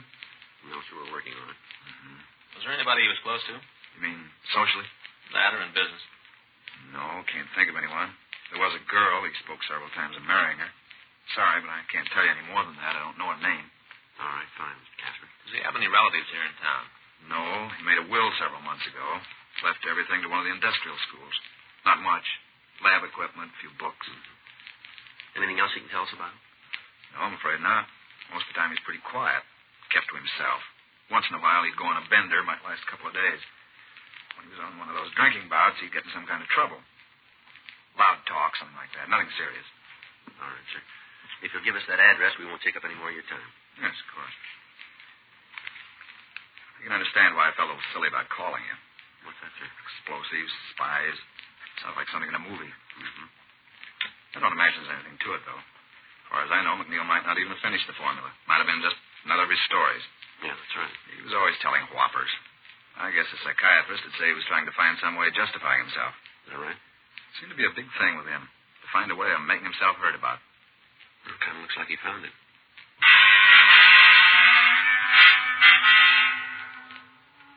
Frank and I went back to the office and met with Captain Lorman. We discussed the possibility of McNeil being killed by somebody who wanted the chemical formula. Because of the potential value of the explosive, federal authorities were notified, and they sent a team of men out to aid in the investigation. The next morning, Wednesday, January 12th, we picked up a list of similar crimes from the stats office. In checking out the victims, we got the same description of the thief from each one of them. They all described him as a white male American, 32 years, 165 pounds. In each case, the thief had followed the victims and attacked them as they entered their homes. The last robbery had taken place 3 weeks before on December 23rd. During the commission of the crime, the victim had been wounded. The bullet had been removed and held at the crime lab as evidence. 8:02 a.m. Frank and I put in a call to Lieutenant Jones. 8:26 a.m. Might be late. Yeah. I get it. Homicide Friday. Kelly. You check him? How about it? Yeah, sure is. Yeah. Now all we got to do is to make it do some good. Right. Thank you, Lee. Bye. What's he got? Well, he checked the bullet from the last robbery against the ones that killed McNeil. Yeah. Same gun. Additional local broadcasts and APBs were gotten out carrying the description of the holdup man. Victims were asked to come to the city hall and recheck the mug books in the hope that they might be able to identify him. A check of McNeil's workshop failed to disclose any evidence that he'd been working on an explosive. A week went by without any new developments. Thursday, January 20th, Frank and I got back to the squad room. Well, sure looked for a while like it was going to go. Yeah, Jim. I got it. Homicide Friday. Yeah, Jim. Mm-hmm. When? Might be. Right. Right now. Right. Jim Austin, robbery. We just got back from a call out in Westwood. Yeah? Thief fits our description pretty good. Austin thinks it might be the same guy. They get him? No, something just as good. What do you mean? He dropped the hotel key. Frank and I went over to room 27A and we met with Sergeant Jim Austin. He gave us the details of the robbery. From the way the hold-up man operated and the description given by the victim, he was the man we were looking for. In getting away from the scene, he dropped the key to a downtown hotel room. We checked the address in the phone book, and then we left the city hall. It was a small place on South 4th Street. We identified ourselves as the manager and told him why we were there. Yes, it's one of our keys. Can you tell us who has the room? Yes, Ralph Otley. What's this Otley look like? Oh, he's a nice young fella, blonde. Guess he's about 30 years old. How long has he been here? You mean regular? That's right. About 5 months. A couple of times before that for a couple of months. He came back, though. Is he in now? No, I haven't seen him since this morning. Left about 7:30. Does he have a job? Well, he never told me nothing about it. What's he do for a living? Well, I guess you'd say he was kind of a promoter. What do you mean? Well, he goes around trying to line things up, figures some way to make a killing. He hit it pretty good on a deal last year, and he's been living on the money since then, I guess. Mm-hmm. What do you want to talk to him about? Police business. Not in trouble, is he?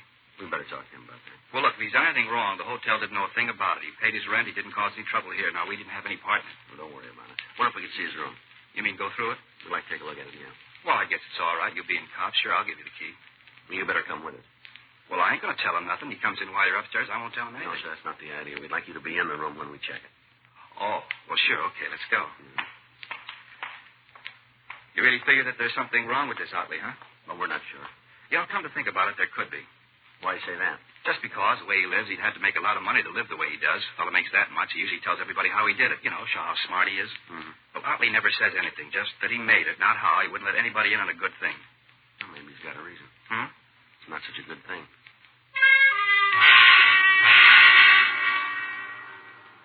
In the company of the manager, Frank and I checked the suspect's room. In one of the bureau drawers, we found a box of shells for a .38 pistol. There were also several items that had been listed as stolen in previous robberies. We returned to the lobby of the hotel and we waited for Otley to come in. 4:30 p.m., 5:30, 5:45. Joe. Yeah. Hi, Sid. Hello, Mr. Otley. I lost my key someplace. You got another one? Yes, sure I have. I left it in the room. I'll check, sure. Now, let's go. Yeah. Any calls for me today? No, sir, no calls. Stand still, Otley. Police officers. Hey, what are you doing? Don't turn around. I'll take it. Yeah, .38 revolver. Hey, what's this all about? I haven't done Get anything. your hands back of it. You know you got the wrong guy. Keep telling us that. Taking him in for robbery, huh? That's one of them. What do you mean? We're booking you for suspicion of murder. Robbery, that's all you got me for. I'm not going to stand no killing beef. You keep believing that. I will. You're not tagging me with anything more than 211. Well, let's go. Grab him, Frank. Wait a minute. Hold on up, Otley, or I'll shoot.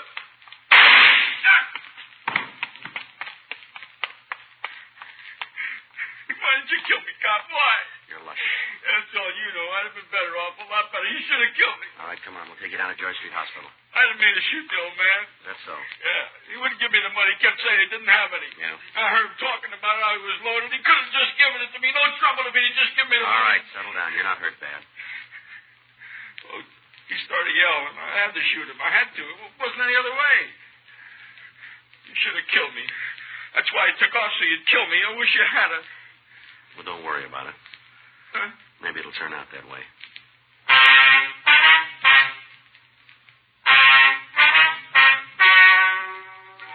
The story you've just heard is true.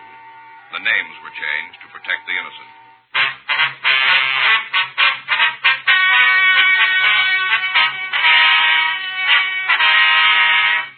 Ralph Neville Otley was tried and convicted of murder in the first degree and received sentence as prescribed by law.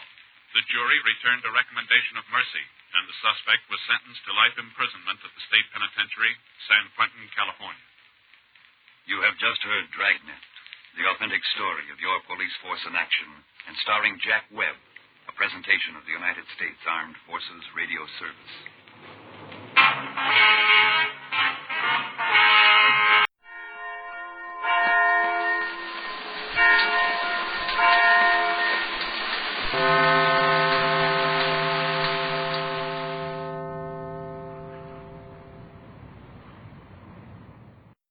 Cinderella lost a shoe, and so she got a maid. With lovely shoes a girl can't lose. In gallon cabs she'll race. More miles to a gallon cab. Yes, gallon cabs, the family shoe stores with the yellow fronts. The largest shoe chain in the West, with stores from Canada to Mexico to serve the West. GALLENKAMPS, Gallon Cabs present Pat Novak for Hire.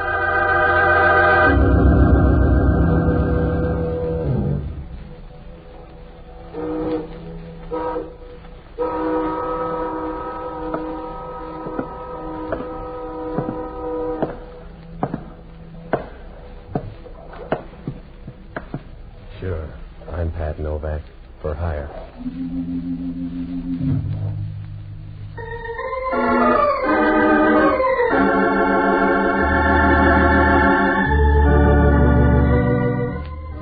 That's what the sign out in front of my office says. Pat Novak, for hire. Down on the waterfront in San Francisco, you always bite off more than you can chew. It's tough on your windpipe, but you don't go hungry. Down here, a lot of people figure it's better to be a fat guy in a graveyard than a thin guy in a stew. That way you can be sure of a tight fit. Oh, I rent boats and do anything else that makes a sound like money. It works out all right if your mother doesn't mind you coming home for Christmas in a box. I found that out Wednesday night about 9 o'clock. I closed the shop early and I came home to read. Oh, it wasn't a bad book if you ever wanted to start a forest fire.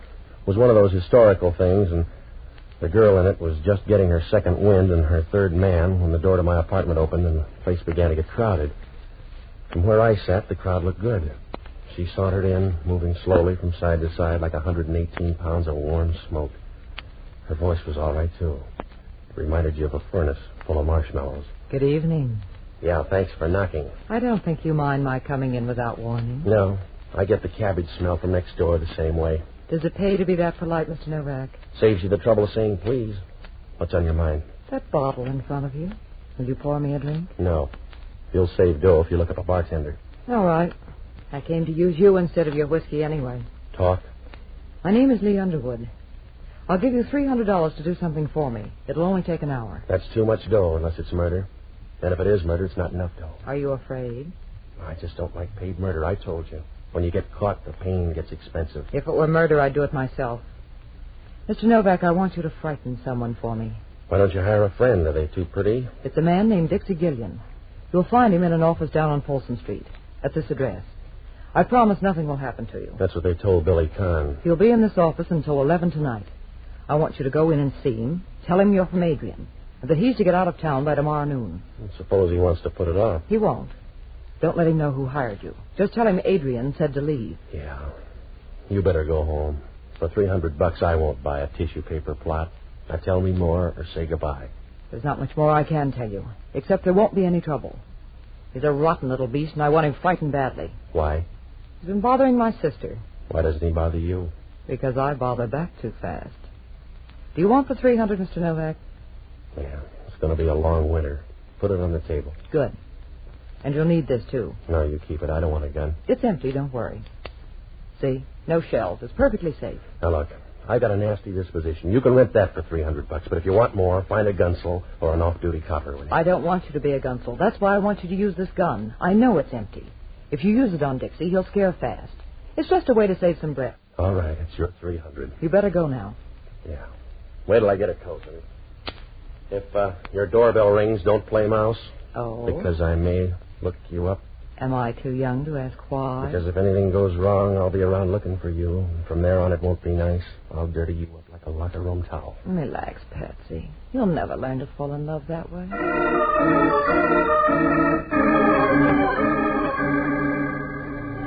She handed me the gun and walked out of my apartment.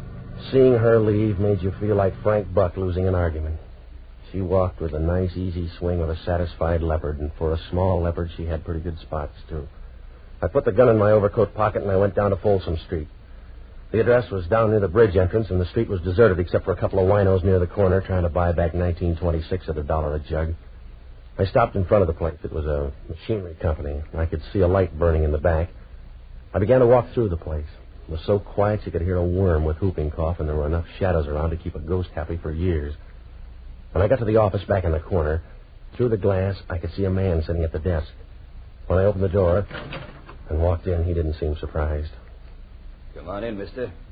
The bet on noise. Yeah? That's right. You make too much for a thief and not enough for a customer. What do you want? How about 10 words if you're Dixie Gilian? Go ahead. You better look up a timetable. What makes you that tough? This. Oh.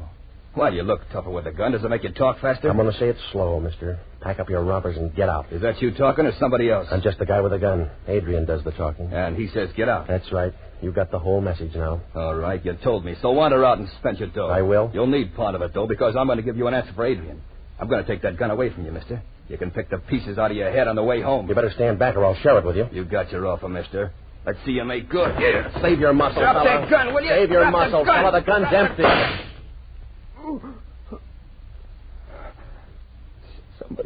fooled us, mister. Sometimes you can get a home run with a half swing. That's the way it was this time. He couldn't have made it with a prayer book in both hands. He slid down to the floor and trembled for a moment and then flattened out like a leaf in a pool of water. Just before he died, he grabbed his side as if he didn't like the way it hurt. And then he didn't care. I rolled him on his back and let him look at the ceiling. His eyes were open and he looked surprised, like a guy who didn't figure on a change in the weather. There was a scar that ran across his forehead and dug deep into his hairline. And he was lying there with a bunch of pink gum showing as if he was trying to pick up a few bucks with a toothpaste ad. I didn't have time to tell him how sorry I was, because if homicide caught me here, I'd have about as much chance as a canary in a basement full of cats. I started for the door. Right then, I knew I could start ordering birdseed. It was Hellman. And he walked over to have a look at the body.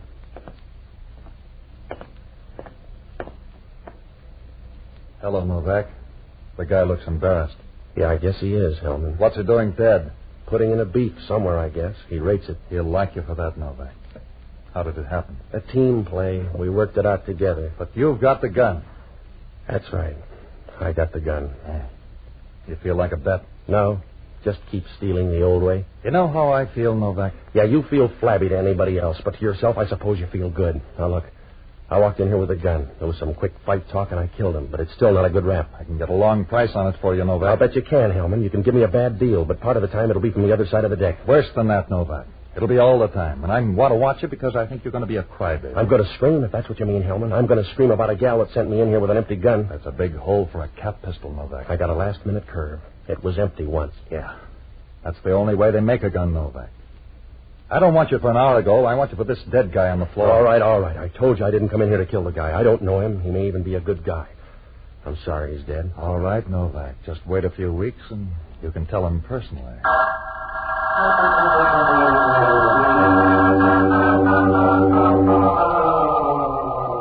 Hellman had me up against the rail, and he knew it. When we left there, he was wearing a big, toothy smile. It was big enough to sew on his ears. He called the coroner, and he told him to pick up the stiff, and then we rode downtown. He dropped the gun into ballistics, and he hauled me into his office. The reporters were there. He gave them the whole story and told them how to spell Hellman. After that, we wound up at the desk, and he booked me on suspicion of murder. The next hour and a half was the kind of stuff they don't write about in the paper. They call it interrogation. And when you're finished, you've been through a lot of tight spots, like a piece of bubble gum in a set of false teeth. About 11 o'clock, Hellman brought me into his office, and from there on, it happened kind of fast. I just talked to the DA. He's going to streamline things for you. Well, he's going to look funny, going to trial on a guy you can't identify. I won't press you. I don't have to, Novak. I've got the only parley I need.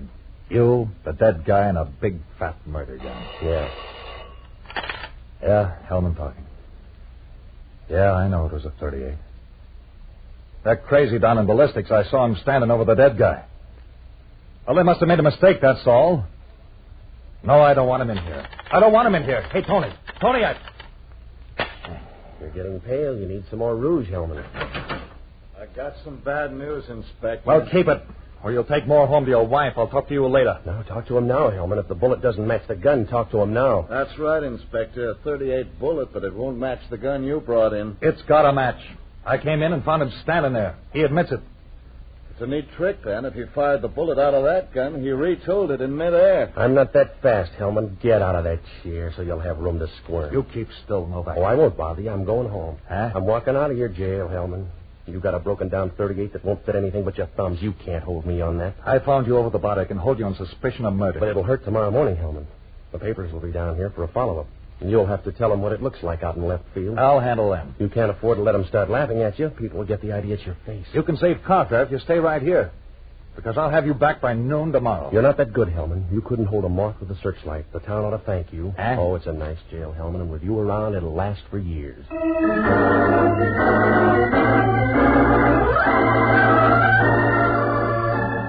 We'll return to Pat Novak in a moment.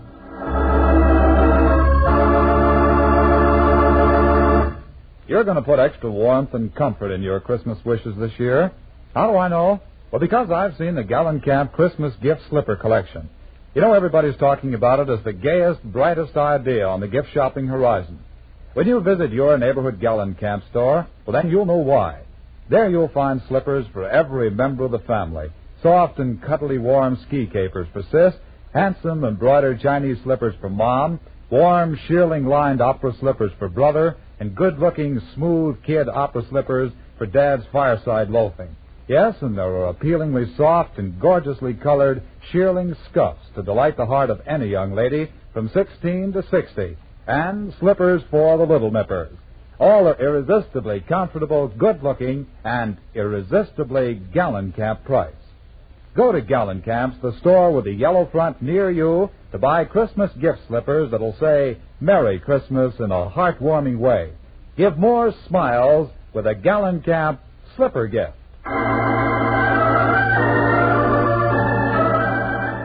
And now back to Pat Novak.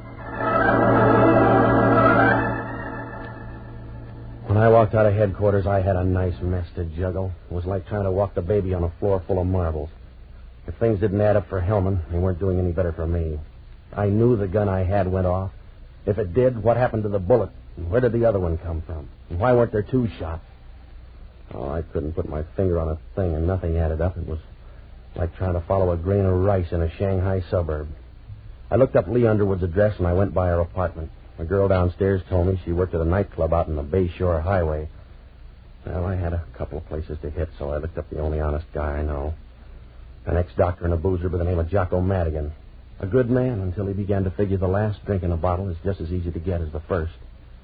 Well, I found him in a little leather-trimmed sink on Powell Street. It was a grimy little hole where they washed the glasses once a week in stale beer, but Jocko was more at home than a vulture in Calcutta. Patsy, you're just in time to celebrate my return to health. Something mild for Mr. Novak. A double stinger, perhaps. No, forget it, Jocko. I got to talk to you. Patsy, I've just passed through a crisis. Yeah. A few minutes ago, they set before me a glass with a woman's lipstick all around the rim. All right, Jocko. I took one gulp and looked at the glass, and in this dim light, I thought I was bleeding to death. It took them 10 minutes and 3 mirrors to calm me down. Jocko, I'm in trouble. You got to help me. No, but they washed the glass for me in ammonia. They must have left a little ammonia in the glass because the next drink had a very odd tang about it. I've had 3 more just like it, a sort of ammonia colony. All right. So far, they've been using domestic ammonia. When the imported stuff comes in, I may give up whiskey altogether. Calm down, will you, Jocko? I got a bum shake tonight. Yeah? I either killed a guy or I thought I did. Well, that uses up the alternatives. What are you doing now, taking a vote? I got hired to scare a guy down on Folsom Street. 10 minutes later, the guy was dead. Oh, Patsy, you take your work too seriously. Couldn't you have just scared him into a lingering illness instead of killing him? One of the props was an empty gun. Only when the fight came, it grew bullets. Hellman walked in right after on a telephone tip. Oh, what are you doing out of the electric chair? Oh, the whole thing backfired down at headquarters. The bullet and the phony gun wouldn't match. Oh, Jocko, it doesn't add up. The call to Hellman's a tip-off. I was framed, but why wasn't I framed all the way? Well, who is the dead man? The guy with a falling blood count. His name was supposed to be Dixie Gilian, but there's no identification and no record on him. Oh, you shouldn't have hired out as a gunsel. I told you I didn't hire out as a gunsel. It was somebody else's idea. Oh, you have no conscience, Patsy. Just a sort of soap opera rule of thumb you put into practice now and then, but no real conscience. You'd let a dying woman lie in the middle of the highway, unless her head was resting on a pile of war bonds. All right, Jocko, I'll cry with you later. I need help now. What sort of help? I want you to break into a girl's apartment. Yes? Don't worry, she won't be home. Oh, is that supposed to be an incentive? Here, it's at this address up on O'Farrell. Her name is Lee Underwood. She's the one who hired me. Well, if the girl's not there, what am I supposed to find? Anything that'll connect her with the dead man. He's a big guy with a scar. Well, that doesn't help much. You can't miss. Go through the desk and the drawers. Pick up everything you can. Leave a message at my place, huh? Well, as soon as I finish this drink. Hurry up, will you, Jocko? Leave the glass alone and get going. Don't rush me. Hurry up. The glass is empty anyway. Yeah, that's what you thought about the gun, but the fellow got an awful jolt out of it. Good night, lover.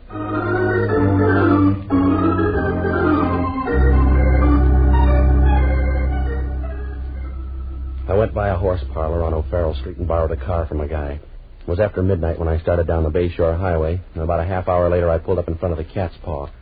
It was a long, rambling place on the left side of the road. No, there was no plan. It just followed the erosion line until they ran out of material. There was enough neon in front to light a main intersection in heaven. I asked a 50-year-old busboy, and he said Lee Underwood was back in her dressing room getting ready for the 1 o'clock show. When I walked in, she was sitting in front of a mirror, working on an upswept hairdo. If she swept it up any more, it was going to leave her head. I stood behind her, looking at the pink, fresh part of her neck that didn't show when her hair was down. You seem fascinated, Patsy. No. I just want to know where to break it. Oh? Sit down on the footstool here next to me. That's it. I like to look down on people. Here, let me brush that strand of hair back. Or do you like it in your eye? Brush it back so I can see your answers. Who's Dixie Gilian? What difference does it make? None to him and some to me. He's dead. No, he couldn't be dead. He'd like to believe that, too. I couldn't sell him that story about an empty gun. He couldn't have been killed with that gun. No? No, I put in a blank, Patsy. Somebody used a hard-working bullet because Dixie's dead. There was no reason to kill him. I don't understand. That makes you even with homicide, but they got a bigger team. I don't understand it, Patsy. Who's Dixie Gilian? He was after some microfilm. I thought I could scare him away. You better be ready to identify him because homicide stopped. Even the scar didn't help. What scar? Scar across his face. There's no record on him. Oh, no, Patsy. Everything goes wrong. Everything you touch goes wrong. That's the wrong man, Patsy. Yeah. Well, it's too late for a recount. You've got to get to that body, Patsy. I don't know how, but some way you've got to get to him. You look good, Lee. You'll make a nice picture. Wait a minute, Dixie. You don't need your coat. Come on. I don't know how it happened, Dixie. I didn't mean it that way. If you like it that way, all right. Bring your boyfriend, too. No, don't let him, Patsy. Oh, that gun's too big. I'm going with him. It was a short trip. He led us out of the dressing room and down a thin hall to the back door. On the way past the kitchen, you could smell onions and used grease, and that's all you noticed, except the sound of a jukebox somewhere out in front, and someone laughing in a loud, mirthless way. When we got to the door, it was raining outside. We walked about 40 feet, over near some trees where the dark was working overtime, and the gunsel made her stop. And that's where it happened. She's going to get wet, mister. You'll have a little trouble yourself.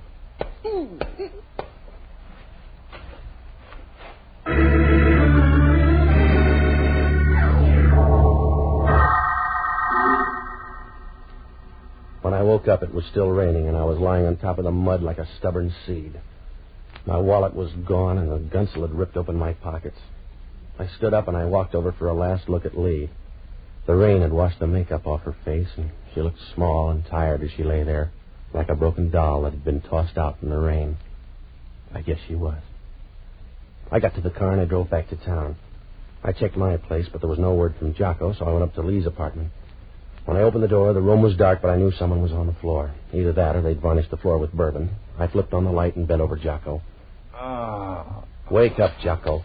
Come on. All right, Jocko, wake up. Oh, a little ammonia. I think, would bring me around. What happened? I'm sacked, I guess. Yeah, everybody's got the same act tonight. Help me up. All right, come on. Where have you been? I went down to meet the girl. Huh? Where'd you meet her? In the swimming pool? I've been in the rain all night. She's going to stay longer. What'd you find out? The fellow with the scar is her husband. Yeah? There's a picture in the desk. Are there any more pictures? Oh, a few. Take a look. Where, in here? Yes. Well. Who is he? Must be Dixie Gilian. He was down to pay off a debt tonight. She called him Dixie once. There's a note with that name and address in the other drawer. He's our boy. We better get up there. Not if he's already killed 2 other people. We can't wait for Hellman. If he gets away, I'm all through. I won't have a leg to stand on. That's my point. When the other fellow gets through with us, we won't have much standing to do.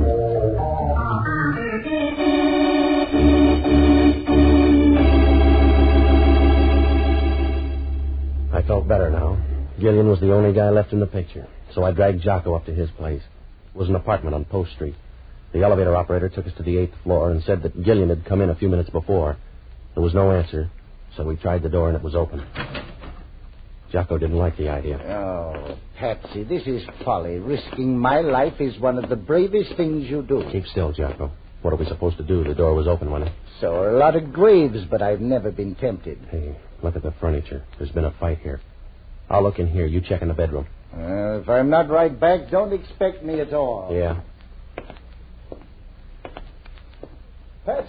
Patsy, come here.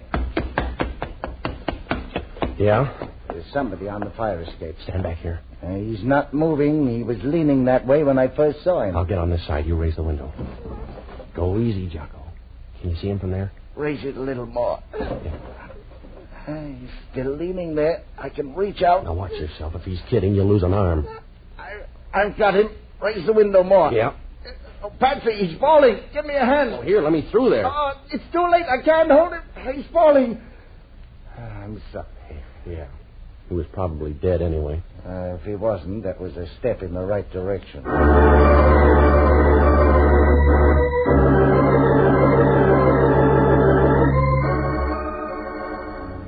Oh, it was an easy night to die. 3 of them had checked out already, and there was still time to look for more. Jocko and I went downstairs to see the guy. He was lying face down in the alley, and as you looked at him, you got the funny feeling he belonged there. He didn't disturb the scene. He just fitted in, like a dirty, wet newspaper under a grandstand.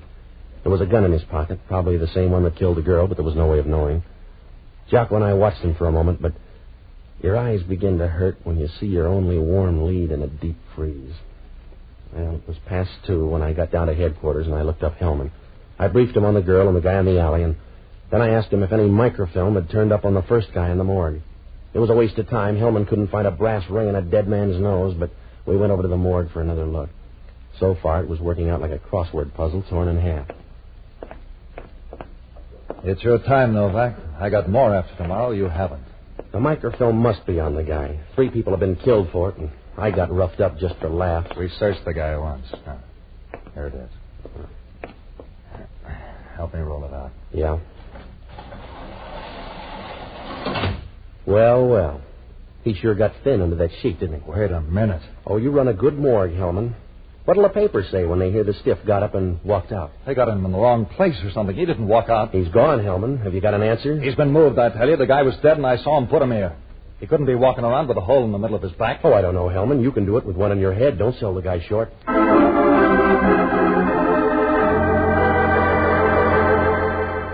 We'll return to Pat Novak in a moment.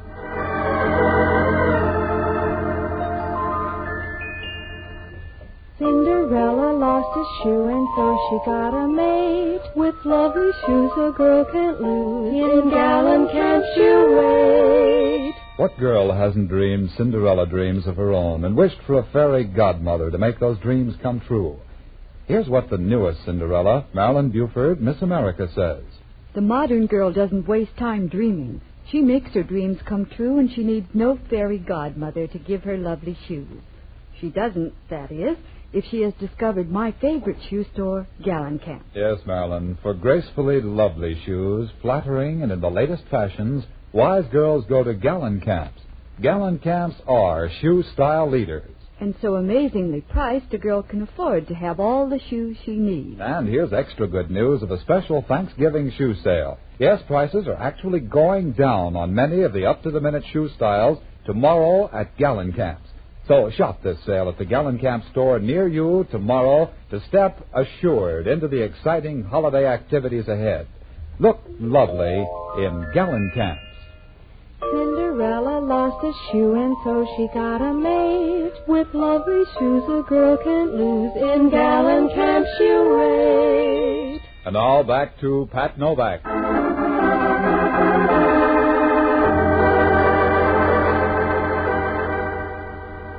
When Hellman found out the body was gone, he stood there and stared at the empty slab. And then he started looking around in a nervous way, like a man trying to find the sugar bowl at a restaurant counter. A few moments later, he turned and walked out of the morgue, and we were halfway downtown when it happened. It must have hit us at the same time, sharp and quick, like a piece of candy in a bad tooth. That guy back in the alley had come off that slab in the morgue. We got out to Dixie's place, and we began to check. There was a phone operator downstairs, and she said Dixie had put through a call about 2 hours ago. Hellman checked the number, and it was the ticket office of a railroad. We got downtown, and we ran through the timetable. There was a train leaving the Oakland Mole in 40 minutes. Oh, it was an outside chance, but tonight that was the only kind for sale. We got down in time to slide on the last ferry over to the Mole. It was still dark out when the ferry pulled away from the slip and started across the bay. Over toward the Berkeley Hills, it was beginning to get light. The sky was the color of a bruise spot on a man's arm. We'll get up to the pilot house and tell him not to dock until we've gone through all the passengers. He doesn't have to be in on this one. He'll check the train when he gets there. Wait a minute. You don't have to check. There's your boy. Where? Up there. On the rail. Now, you better go easy. He's not a scale model. Just walk quietly until we're behind him. Yeah.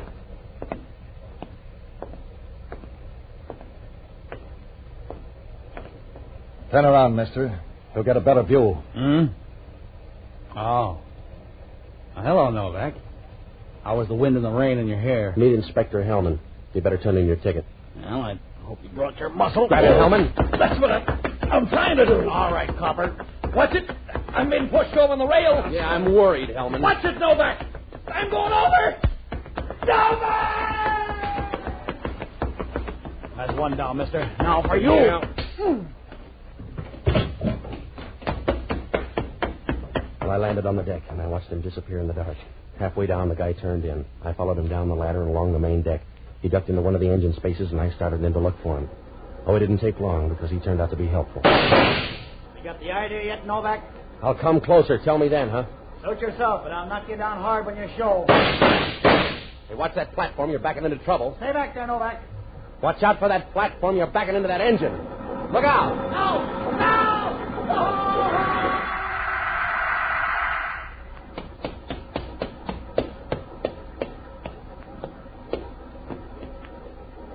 I kind of wound up last, huh? Yeah. That's the way it looks. Did you get the microfilm? Yeah. Oh, I got a big hurt. Does it show? A little. Yeah. It's been a long night, Novak, huh? Yeah. But your worries are over. It's almost dawn. I don't know. I don't know if I can use it, but I'll give it to you.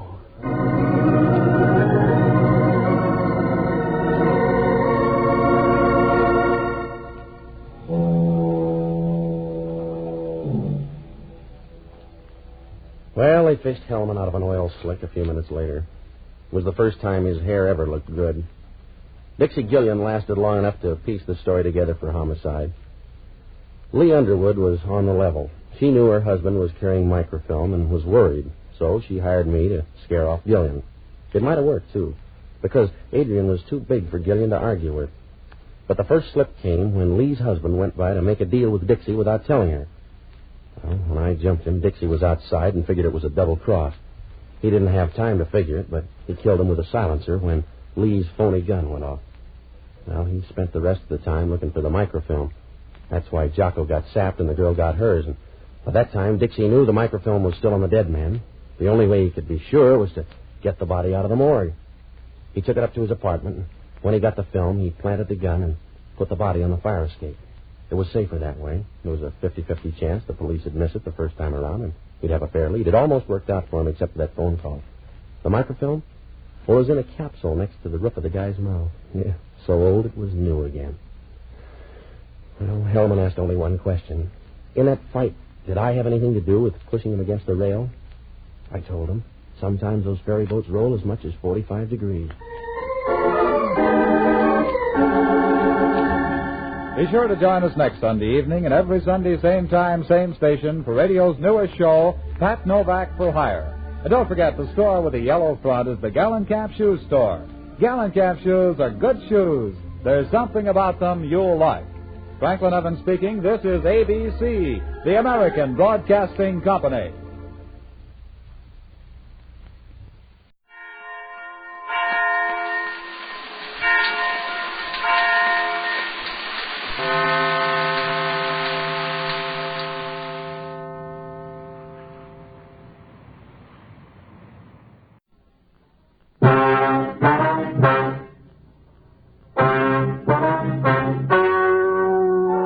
Ladies and gentlemen, the story you are about to hear is true.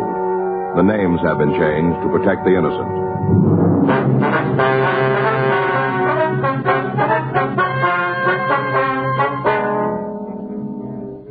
You're a detective sergeant. You're assigned a robbery detail. You get a call that a downtown hotel has been held up by a bandit who carries a sawed-off shotgun. Your job? Find him.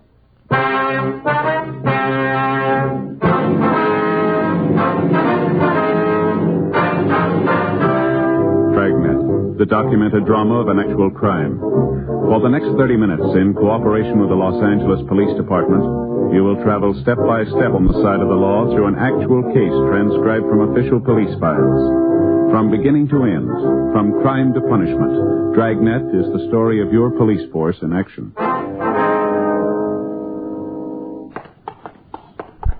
It was Sunday, October 9th. It was cool in Los Angeles. We were working the night watch out of robbery detail. My partner's Frank Smith. The boss is Chief of Detectives Thad Brown.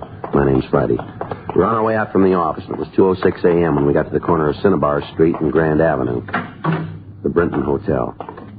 Well, I just done what he told me. I figured there was no point in getting myself all roiled up. Didn't see where that would be helping matters. Yes, sir. Whatever he said, I done it. Hey, you fellas looking for a room? Police officers, this is Frank Smith. My name's Friday. Are you from robbery? That's right. Roberts, 1F16. Mm-hmm. You answered the call? Yeah. The description's out. Metro's sending a couple of cars to help us look for the suspect. All right, good. Anything else I can do for you? No, not right now. Okay. I'll take care of the report. Thank you. We'll check with you. Right. You know, I sure would have been wrong about you two. What's that? I never would have guessed you was cops. Oh? Salesmen. That's what I'd put you boys down for. I see. Ladies ready to wear. Guess I would have missed the boat this time. Yes, sir. Would you tell us about the holdup, please? How about them other officers already let you in on it? Well, we'd like to get the details from you if we could. Oh. Well, I ain't got nothing better to do. Stuck here till 7 a.m. anyhow. Wonder if we could have your name. Boxer, Tom Boxer. That's Boxer? That's it, just like a dog. Uh-huh. What time did the robbery take place? 45 minutes ago, along around 1:20, somewhere in there. Mm-hmm. Wasn't 1:30 yet, I'm sure of that. Oh? See, I was listening to the radio. Stan Swift. Who's that? You know Stan Swift. He's on every night, midnight till 6, 7 nights a week. Oh, yeah. The nights go swifter with Swift. That's how he puts it. Uh-huh. Gives a time signal every hour and every half hour. Remember him giving the 1 a.m. Hadn't given the 1:30 yet, so it must have been around 1:20 when this fella come into the hotel. What'd he do? Walked up to the desk. Yes, sir. I didn't even know he was there. Well, not at first. Mm-hmm. I was sitting down in that chair, kind of had my back away from the door. Didn't hear him neither on account of being plugged in. What was that? To my radio. Oh, I see. This here gadget, see? Mm-hmm. It's into your ear, like so. Yeah, I understand. Lets you listen without waking nobody up. Other end attaches to the set, like so. Mm-hmm. You mean that's a radio? Sure is. You ain't never seen this kind before, huh? No, sir. Transistor. Oh. That's what they call it. Regency transistor. Ain't got no tubes. That's what makes it so small, you see. Carry it around in your pocket if you have a mind to. I see. Real good tone, though. Plenty of volume if you want to let it out. Yes, sir. Now, if you just tell us about the robbery, would you, Mr. Boxer, please? Well, ain't that what I've been doing? Yes, sir. You said this man walked up to the desk? That is right. Maybe stood there a couple of seconds before I sensed him. Mm-hmm. Unplugged myself. Got up and asked him if he wanted a room. He said he did. Single. Yes, sir. Checked the boxes to see what was vacant. Had my back to him while I was checking. Didn't notice him opening up his satchel. Mm-hmm. Must have been carrying the gun there. In the satchel. Anyway, when I turned around to register him, I found myself staring into the barrel. Shotgun it was. All right, go ahead, please. This is a stick-up, he said. Do what I tell you, and you won't get hurt. I didn't know whether he meant business or not, and I sure didn't aim to test him to find out. Mm-hmm. Yes, sir, I said. You just tell me what you want, and I'll do it. Yeah. I ain't no coward, you understand, but I ain't no hero neither, especially when I'm facing up to a shotgun. Sure. Like the man says, only real heroes are dead heroes. Yes, sir. Me, I'd just as soon go on living. That's why I done exactly what he told me. Give him the money from the cash drawer here. See? Every penny. Hand it all over to him. Didn't try to hold none back. Yes, sir. How much was there? $60, somewhere in between there. Mm-hmm. What happened then? Well, he told me to empty my pockets, lay the stuff on the desk. You did, huh? I emptied them. I didn't have more than $3 or $4 in change. He scooped it up with the other money, shoved it into his satchel. I see. Then he said for me to come out from behind this desk. Walked me over to the elevator. Told me to get inside and ride up to the top floor. That'd be the third. You see, the hotel's 3 stories high. Yes, sir, I understand. I suppose I could have got off on number 2. He would have known the difference. Floor indicator down there don't work. Mm-hmm. But I didn't see where I'd be gaining anything by it, so I done what he told me. I rode up to 3. How long did you wait there? Oh, till I seen him leave the hotel. Mm-hmm. From the window end of the 3rd floor hall. Did he drive away? No, just rolled off. I don't think he had a car. I see. Turned the corner, and that was the last of him. Mm-hmm. And what did you do then? Took the elevator back down, called the police, listened to the radio while I was waiting. Yes, sir. Figured I might as well take it easy till the cops come. Wasn't more than 5 minutes before them officers walked in. A little while later, you fellas walked in. I guess you know when that was. Yes, sir. Now, Mr. Boxer, could you tell us what he looked like? Huh? The man who held you. Oh, well, I told them other fellas, the ones wearing uniforms, they said they'd send out his description. Yes, sir, we understand. We'd like to have it, too. Okay. Oh, young fella, 25 to 30, I judge. Yeah. Big build, a little bigger than you. Not as big as you, though. Somewhere in between. Yes, sir. Black hair. Didn't catch the color of his eyes. Well, that's about all. How was he dressed? Suit. Stripe in it, I think. Maybe dark blue with a gray stripe. Bow tie. Kind of dapper. Mm-hmm. Have any scars? Not where you'd notice them. He said he carried the gun in a satchel, is that right? Must have been where he had it. Didn't actually see him take it out, though. Back was to him at the time. How big was the satchel? Oh, medium-sized, about so long. Any initials on it? No, not so far as I can recall. What about the gun? How big was it? This long, maybe. Mm-hmm. Single barrel, sawed off. Could you tell the make? Well, I ain't no expert on shotguns. No. Would you know this man if you saw him again? Sure, I'd be a fool not to. Why? I'd like to have you come down to City Hall in the morning, Mr. Boxer, if you would. But what for? I want to show you some photographs, see if you can pick them out. You mean this morning? Yes, sir, if you would. It's Sunday. Yes, sir, that's right. You fellas work on Sunday? Well, we're not the only one. Well, what do you mean? He did. Frank and I checked with the patrol officers who had answered Mr. Boxer's call. They told us that a search of the immediate vicinity had failed to turn up anyone who answered the suspect's description. 3:16 a.m., the crew from the crime lab finished up their investigation. There were no useful fingerprints or other physical evidence in the lobby of the hotel. 7:38 a.m., we checked the suspect's M.O. and the description with the stats office. They came up with 18 possibles. We pulled the packages from R&I and took them back to the office. Well, looks like it might rain. Pretty early in the season, isn't it? Yeah, the paper says we're going to have a wet winter. All right. Real good for skiing, I guess. Yeah. That's what you need. Lots of moisture. Heavy snow. You never go skiing. No. Well? No, I thought about taking it up a couple of years ago. Faye blew her stack. Said I'd probably break my neck first time I tried. Mm-hmm. Sometimes I think she worries more about me than she does about the kids. Mm-hmm. Good morning, gents. Oh, hi, sir. Hope I haven't kept you waiting. No, sir, not a bit. How are you today, Mr. Boxer?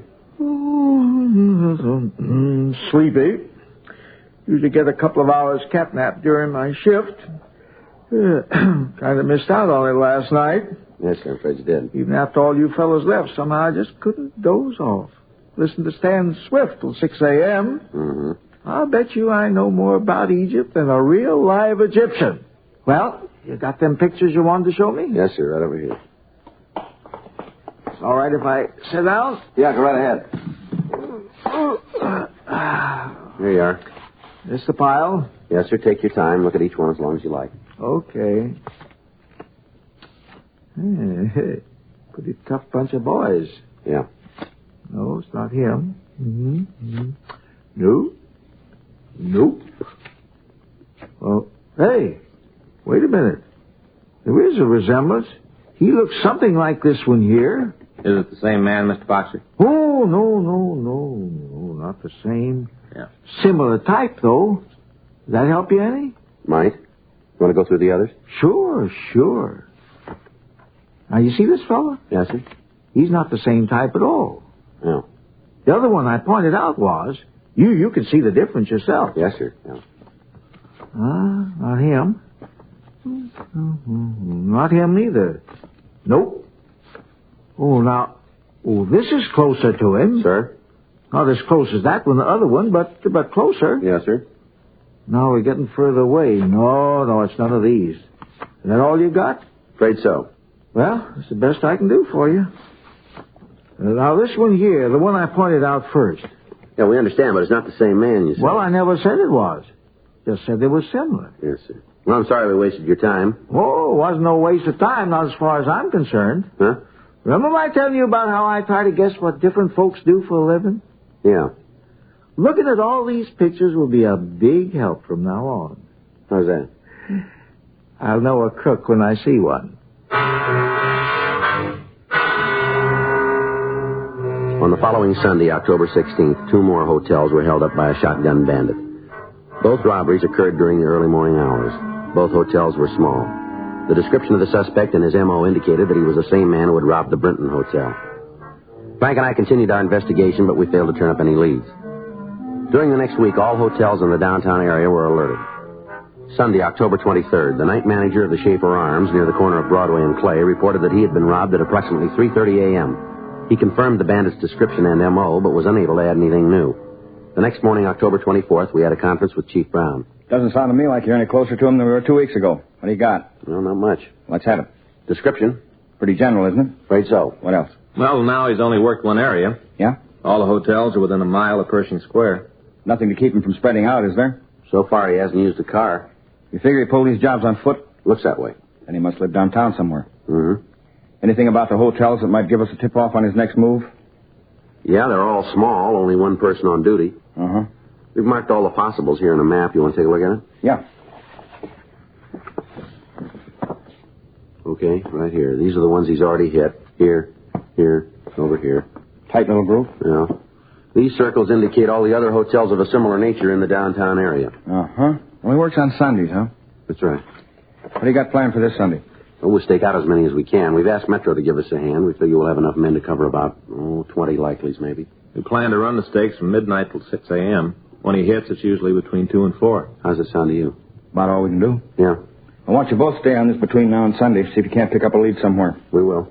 Informant's been able to give you anything? Nope. They holding out? Oh, I don't think so. I don't think they know who he is. Yeah, maybe the stakes will work. Maybe. Wait a minute. Let me see that map again. Right here. Funny. See here? Yeah. You said these are the places he's already robbed? That's right. All right together. Draw a line from one to the other and you'd have a square. Yeah. What's this right in the middle of the square? It's the Argus Hotel on South Broadway. That's one he hasn't hit yet. Mm-hmm. Looks like your best bet, then. Yeah, that's the way we figured it. Who's going to cover it Sunday? Well, Smith and I thought we'd take it. That's a coincidence. Just who I was going to suggest.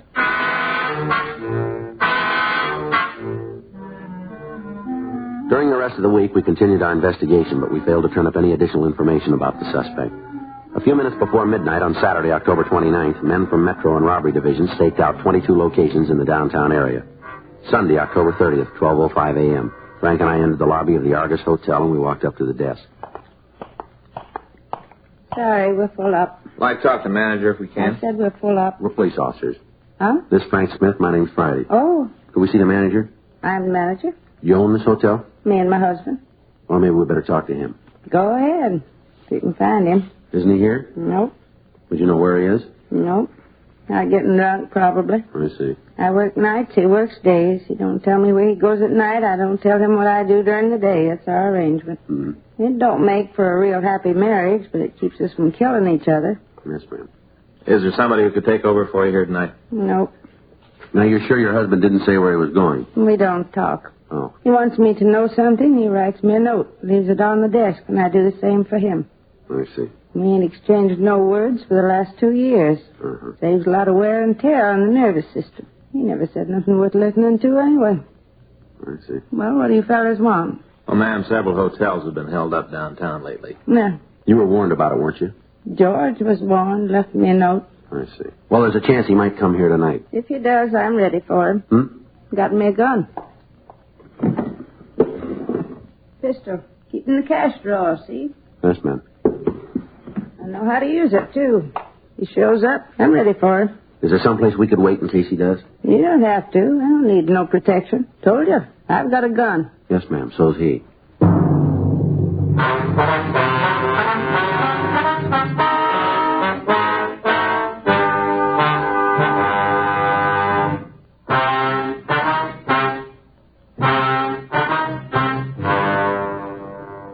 Mrs. Argus finally agreed to let us stake out the hotel. She showed us into a small room off the lobby. From there, Frank and I could see anybody who entered.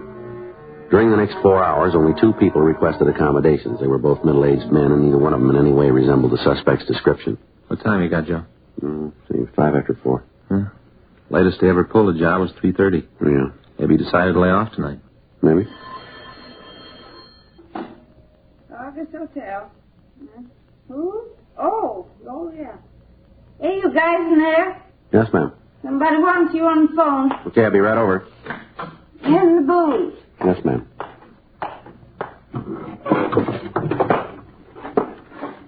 Friday. No, wait a minute. Okay. What's that address? Yeah, I got it, thanks. Right.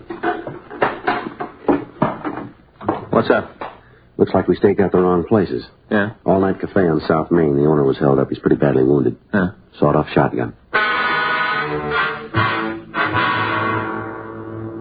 Frank and I drove over to the Joplin Grill at the corner of Main and Vincent Place. We talked to the patrol car officers who had discovered Fred Joplin's body. They told us Joplin was unconscious when they found him. They said that they'd call an ambulance and that he'd been taken to Georgia Street Receiving Hospital. We telephoned the hospital and asked them to be notified as soon as the victim was available for questioning. 4:42 a.m., Lieutenant Lee Jones and the crew from the crime lab began their investigation. Frank and I went back to the office. October 30th, 10:17 a.m., Georgia Street reported that Joplin had recovered consciousness. We drove down there and talked to Dr. Sebastian. He said that Joplin was suffering from shock and loss of blood. He also said that Joplin's right shoulder was severely lacerated and that there was a possibility the arm would have to be amputated. 10:46 a.m., we interviewed the victim. Sat down on the stool and asked for a cup of coffee. Yes, sir. I turned around, picked up the Silex, started filling the cup. Time I was finished, he got his gun out. Guess he had it in that bag he's carrying. Yes, sir. Told me it was a stick-up. Said to give him the money from the register or he'd shoot me. I didn't say nothing. Just stood there, kind of staring at him. Yeah. He raised up his gun. Shotgun it was. Yes, sir. I mean business, mister. That's what he said next. I mean business. I see. I still didn't say nothing. Just stood there with that cup of coffee in my hand. Start moving, he said. Voice sounded real low and mean. Didn't seem to match his face. Sort of a pleasant-looking fella. Voice was mean, though. Yeah. Started gesturing with that shotgun, pointing toward the register. That's when I let fly. With a cup of coffee. Smashed it right into his face. I see. Must have given him quite a jolt. Yes, sir. Didn't keep him from shooting me, but it sure wrecked his aim some. Leastways, I'm still here. Don't remember nothing after that. I see. Sure, hit him a good one, though. Them coffee cups ain't the lightest things in the world. Yes, sir, I understand. Not to mention the coffee itself. Scalding hot it was. Right here. That's where I belted him. Right in the jaw. Used to be a ball player, you know. Is that right? Wasn't a pro exactly, but I had a first-rate pitching arm. Lefty Joplin, that's what they used to call me. Back in Junction City, Kansas it was. Local merchant sponsored our team. Pitched 16 winners one season. Best record in the league. Yes, sir, that's very good. Well, I ain't lost all my technique. Leastways, I sure whacked him with that cup. Yes, sir. Doc say anything to you fellas about how I'm doing? Well, just that you're getting along. He make up his mind about my right arm yet? What? Whether I'm going to lose it or not? No, sir, he didn't tell us. Guess in a way I'm kind of lucky. What? Being left-handed.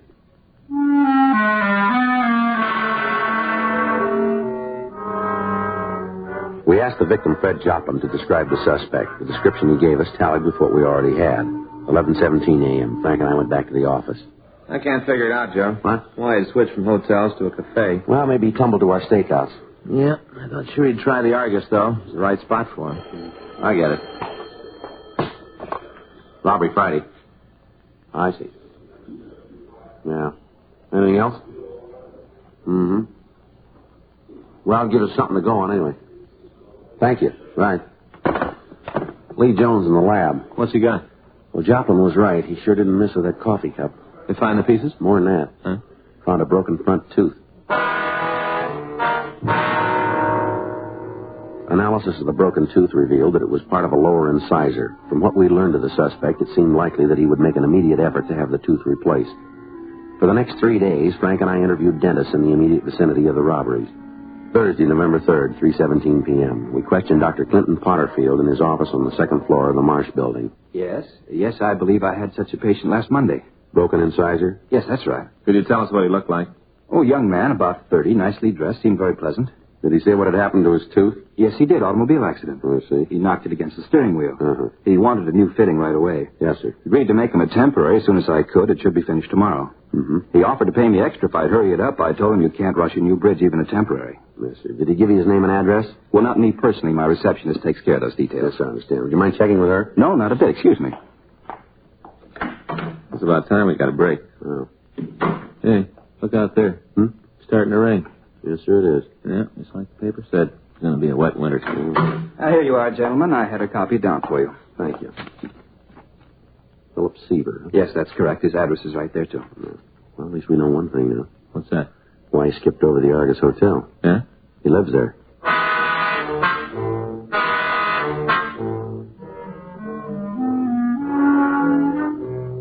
11:58 p.m. Frank and I drove over to the Argus Hotel, and we talked to the owner, George Argus. He told us that Philip Seaver lived on the second floor, room 23. He said that Seaver was a quiet young man who had been staying at the hotel for the past 6 weeks. He also told us that Seaver worked nights and was probably in his room now. We took the elevator up to the second floor. There it is. All right. Yeah. Hey, what's that? I got the Waller. What? Move. I sure don't know what this is all about. Oh, he's clean, Joe. All right, turn around. Okay. Where's the shotgun? You guys must be off your rockers. I'll see what I can turn up. All right. You got no right to come busting in here. Yeah. Now, what would I be doing with the shotgun? Why don't you tell us? I never had a gun in my life. Boy, you cops sure make the darndest mistakes. I bet you pick the wrong guy up half the time. Yeah, sure. Look, there's nothing in that bureau except my clothes there, fella. Yeah, what about this? Well, it's just a satchel, that's all. It's locked. Where's the key? I don't know, I lost it. Break it open. Yeah. Hey, that's a good bag. Not worth anything to you without a key, is it? All right, Seaver, let's go. How the heck did that get in there? You don't know. I told you I didn't. Yeah. I never had a shotgun in my life. Well, you got one now. Oh, I must have picked up the wrong bag by mistake. Sure, that's what happened. All right, come on, Seaver. Okay, I'm coming.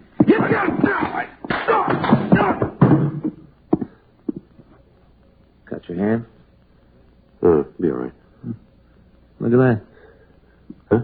You must have bad ones. What's that? Another tooth missing.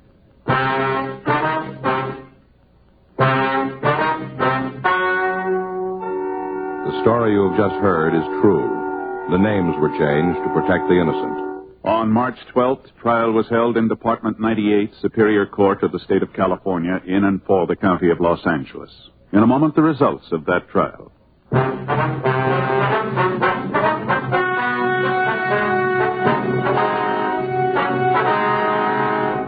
Philip Herbert Seaver was tried and convicted of robbery in the first degree, 5 counts, and received sentence as prescribed by law. Robbery in the first degree is punishable by imprisonment for a period of not less than 5 years in the state penitentiary. Because of the viciousness of the suspect, it was decided that the terms would run consecutively.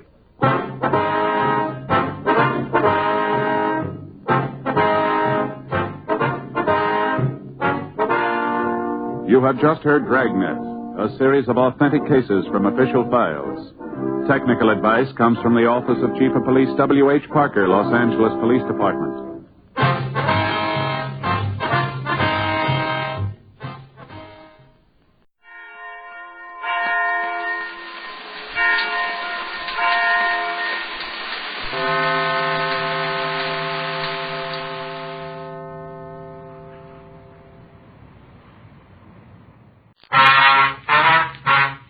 Dragnet. Ladies and gentlemen, the story you are about to hear is true. The names have been changed to protect the innocent.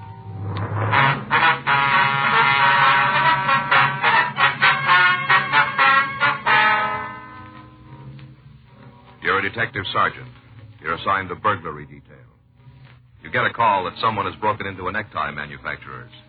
A large supply of hand-painted ties have been stolen. Your job? Check it out. It was Saturday, September 10th. It was hot in Los Angeles. We were working the day watch out of burglary detail. My partner's Frank Smith. The boss is Captain Bernard. My name's Friday. I was on my way into the office, and it was 8:31 a.m. when I got to room 45. Burglary. Hi, Joe. Morning. Anything for us?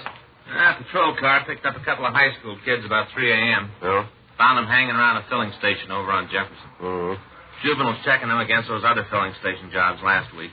Just to let us know. Okay. Well, it's going to be a scorcher. Yeah. You noticed it last night? The heat. Oh, yeah, sure I did. I don't think I slept more than 30 minutes. Wonder about air conditioning the house. What? It's pretty expensive, isn't it? Well, I guess it depends, doesn't it? Yeah. Be worth it, though, weather like this. Well, we don't get these spells too often. Well, I don't know, Joe. Lots of the new houses have air conditioning. Yeah. Just the bedroom might not cost too much. You know, one of those portable units. Mm-hmm. I get it. Burglary Friday. Yes, sir. Just a second. All right, what's the address? All right. Mm-hmm. Yes, sir, I see. Right away. Bye. Tie manufacturing company out on Western. Somebody cleaned them out last night, over 100 dozen neckties. Yeah? Owner says he knows who did it.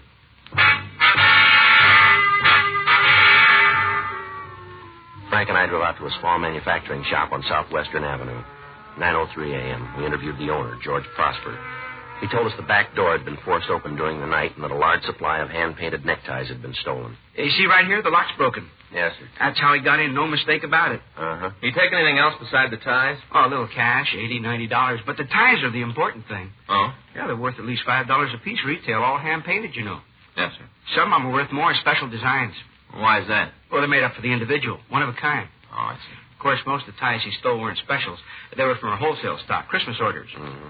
I'll admit it doesn't feel very much like Christmas today, but we have to get our orders filled before the end of October. Mm-hmm. I certainly hope you'll be able to get the ties back for us in time. Yes, sir. You said you had an idea who the thief might be. Yeah, that's right. Morgan Gilroy. Who's he? Young fellow used to work for me. I let him go first last week. Uh-huh. Just wasn't dependable. Always late in the morning. Careless worker, too. Yeah, well, why do you blame him for the burglary? Well, he was very upset when I fired him. Said his wife was having a baby. Said I didn't have any right to let him go without notice. I see. Told him I'd warn him off enough. Gave him a whole week's pay, and that seemed more than fair to me. Did he say anything else? Well, yeah, he threatened me. Oh. Said I'd be sorry I fired him. Said I'd live to regret it. Uh-huh. Made quite a scene. Told him if he didn't get out, I'd call the police. Did he leave then? Well, not right away. He quieted down some, asked me to change my mind and keep him on. Said he couldn't be out of work now, that he had to have a job on account of the baby. Mm-hmm. I told him there are plenty of jobs to be had. If a man really wants work, he can find it. Yeah. Different when I was his age. Had to earn your wages. Mm-hmm.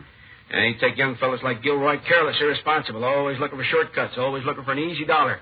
Never give value in return. Yeah. That's why I'm sure it was him. Just the sort of stunt he'd pull. Easy way to earn a dollar. Well, then he's got something to learn, hasn't he? Hmm? This was the hard way.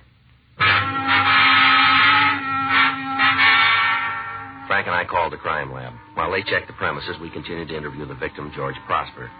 He gave us a description of the suspect, Morgan Gilroy, and Gilroy's home address. He also gave us a detailed description of the stolen property. 10:17 a.m. The lab reported that they were unable to find any useful fingerprints on the jimmy door. Pictures of the jimmy marks were taken. There was no other physical evidence. 10:57 a.m. Frank and I drove out to the address Prosper had given us. It was a small apartment house on Fountain Avenue in Hollywood. The Gilroy apartment was number 7.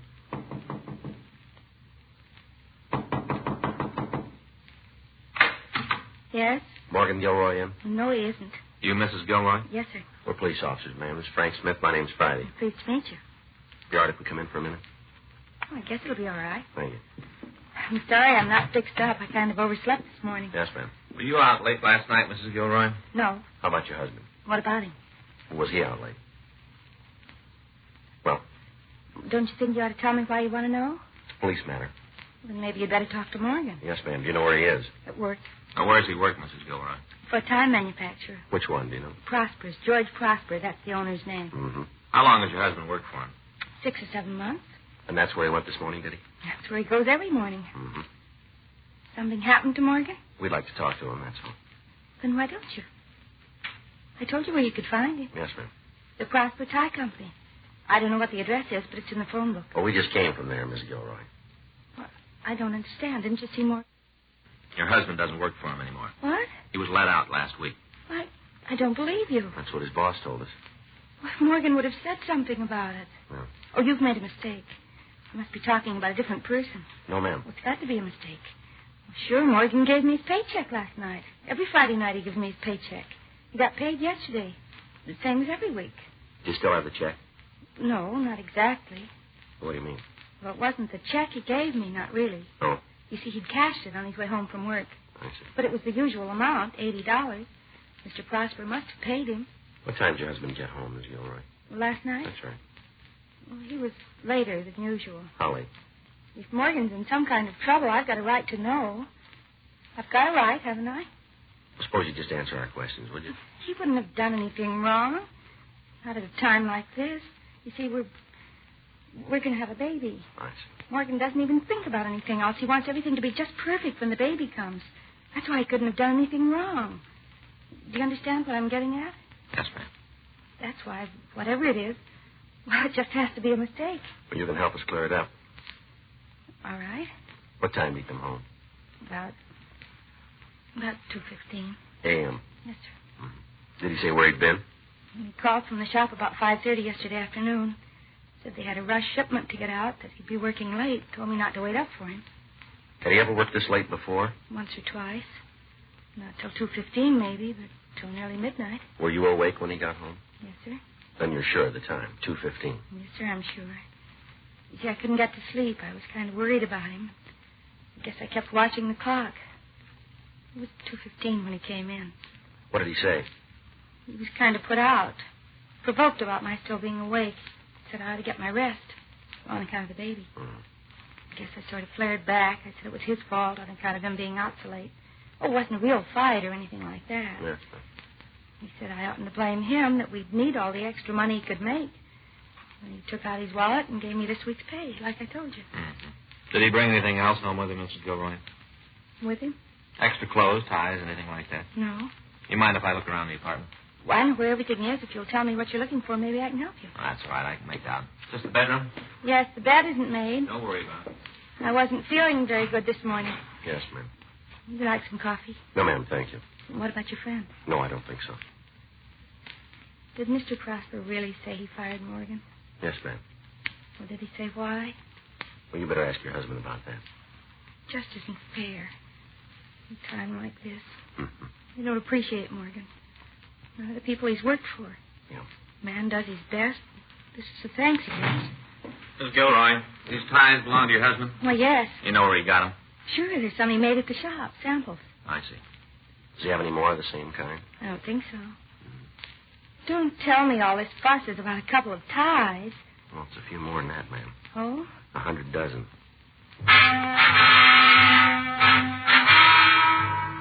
Except for the 3 ties which Frank had found in the bedroom, we were unable to turn up anything else that seemed to answer the description of the stolen property.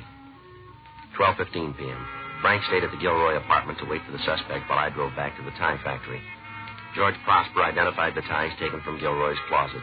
He said that they were samples manufactured in his plant. He also said that they had been given to the suspect and had not been stolen. 1:36 p.m. I checked Gilroy's name through R&I. They had nothing on him. 2:17 p.m. I returned to the suspect's apartment. Hi, Joe. Hi. Any sign of him? No, not so far. Where's Miss Gilroy? She's lying down. Oh. She's taking this pretty hard on all the pieces after you left. That's a shame. I guess you can't blame her much. No. And the heat and all. She's bound to be upset. Find out anything? Well, these are Gilroy's ties. Yeah. Prosper gave them to him. Says they're somewhat similar to the ones that were stolen, but they're not the same. Uh-huh. Now, you want to go out for a sandwich? Yeah, I guess so. You eat already? No, I wasn't hungry. Mm-hmm. Can I bring you back some? Oh, milkshake maybe. That'll do it. Okay. Doctor? Yeah, fine. I won't be long. Frank? Yeah? Miss Gilroy's all right, isn't she? Well, I guess so. Well, I mean, she doesn't need a doctor or anything like that. Well, I don't know, Joe. Well, you'd know more about it than I do. Well, I suppose if she needs a doctor, she'd call one. Yeah. Well, hurry it up anyway, will you? Sure.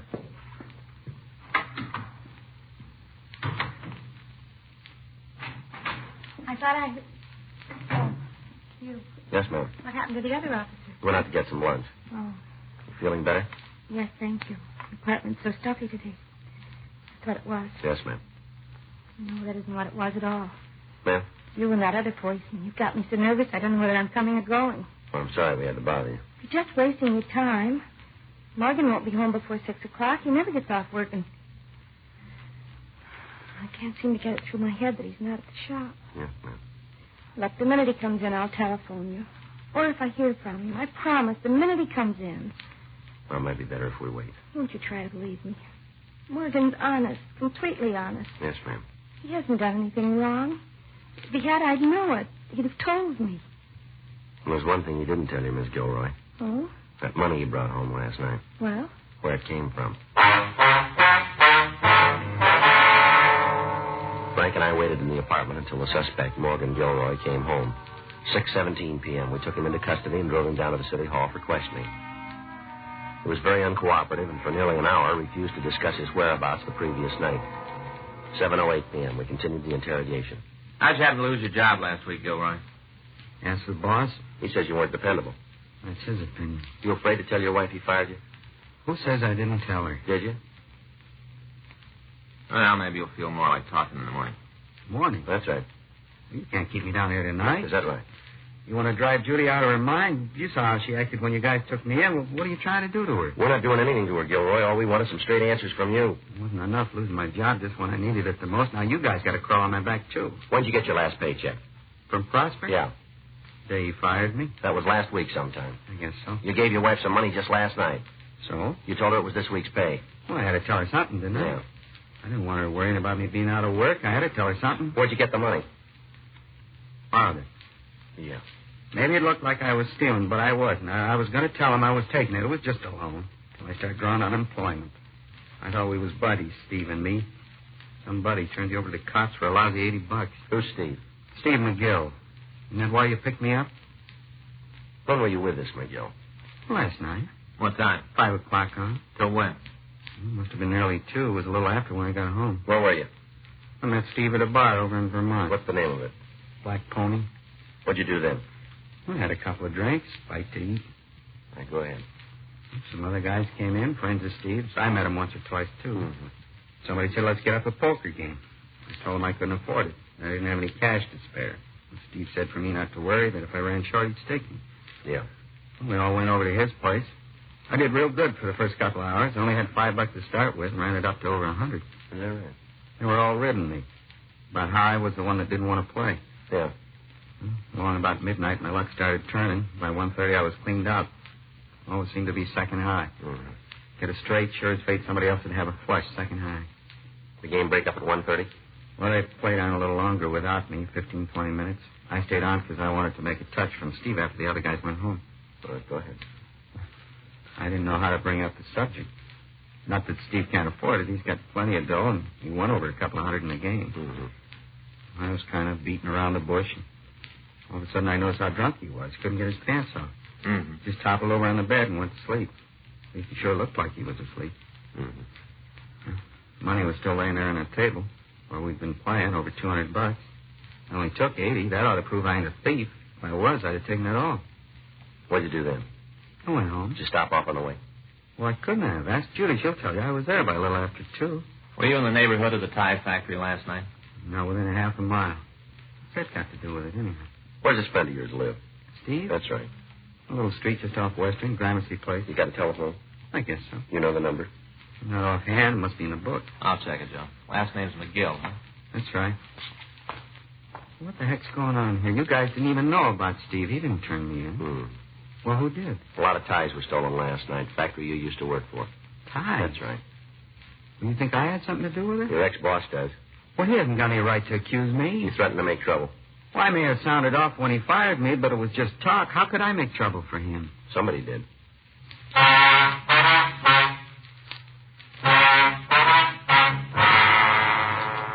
We were unable to contact the suspect's friend, Steve McGill, until the following morning.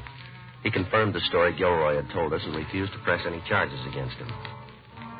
From McGill, we got the names of the other 3 men who had played cards the night the tie factory was broken into. They also confirmed Gilroy's alibi.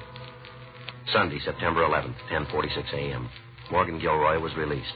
Frank and I went back to the office. Now we got nothing. That's right. You think his wife was telling the truth? About him getting home at 2:15. We can't prove he didn't.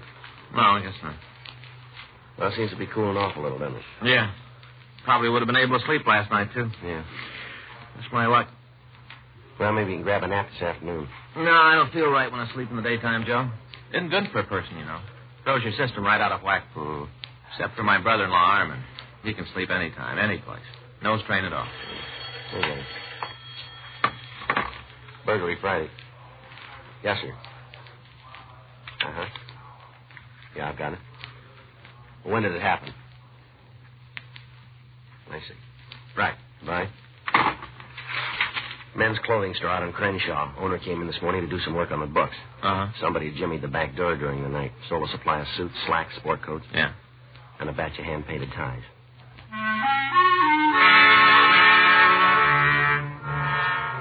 Frank and I drove out to Nimbo's men's store on Crenshaw Boulevard. We talked to the owner, Carl Nimbo. He showed us how the store had been entered and gave us a description of the stolen merchandise. The thief had apparently followed the same M.O. that had been used on the Prosper Tie Company. We were unable to learn anything more about the suspect's identity. Several days later, a tie shop in Hollywood reported the loss of over 200 knit ties. The following night, a men's clothing store on Wilshire Boulevard was burglarized. Investigation indicated that all these crimes were the work of the same man or men. Burglars who were known to have used similar M.O.s were interrogated. No leads were developed. Monday, September 19th, 8:06 p.m. Frank and I were getting ready to go off duty. You want to stop by the house on your way home? No, I'm pretty tired. I think I'll hit the sack early. We could watch a little TV. It's supposed to be a good fight tonight. It's too late for that now, isn't it? Oh, yeah, I guess so. Oh, we could watch something else. You're not going to go to sleep at 8 o'clock, are you? No. Well, come on then. I'll get it. All right. Gregory Smith. Who? Oh, yes, sir. Sure, I remember. Yes, sir. I see. What's that address? We'll meet you out in front. Right away, yes, sir. Guy owns that tie factory, George Prosper. Yeah. He's calling from a bar over on Normandy. Uh-huh. One of his stolen ties just walked in.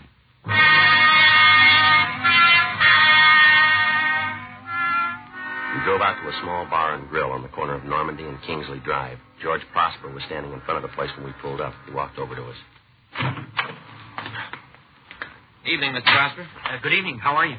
Pretty fair. You sure this is one of your ties now? Positive. It was a special. Worked out the design myself. I see. There isn't another one like it anywhere. I see.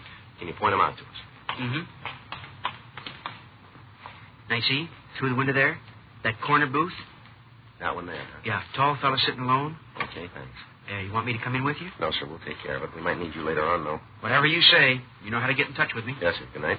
Night. Good night, sir.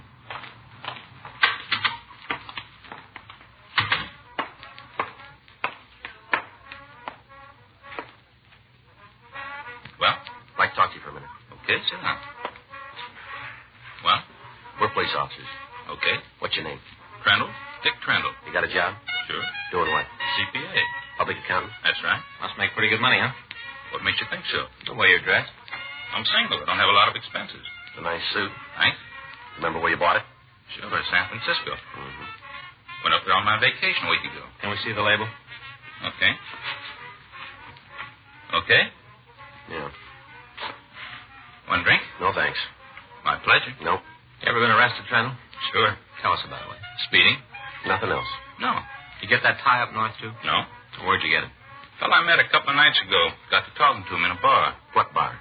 Oh, Olympic down toward town. Don't remember the name of it. What about this fella? We were talking. Said he was in the clothing business. Happened to mention my hobby was stamp collecting. Yeah. Said sure was a coincidence. What do you mean by that? One of his customers was a stamp collector, too. Had the factory make up a special tie for him. Designed it like rare postage stamps. Oh. This one right here, the one I'm wearing. Uh-huh. Offered to sell it to me. Yeah. Because the customer it was made for left L.A. You have the tie with him? In his hotel. Took me over there to show me. What hotel was it? I don't know, a little place a couple of blocks away from the bar. You think you could find it again? I guess so. Did you go up to his room? Yeah, he showed me the tie. Showed me a lot of other clothes, too. Did you buy anything else? Nothing else I needed. I stocked up when I was in San Francisco. Didn't need the tie either, but it was a real bargain. Yeah. $3.50, that's all he asked for it. Felt like this is worth at least $7 or $8. Mm-hmm. Sure couldn't see how he was making any profit selling it at a price like that. What do you mean a profit? Well, it doesn't seem possible. It must have cost him more than $3.50. No, it didn't. Huh? But it will.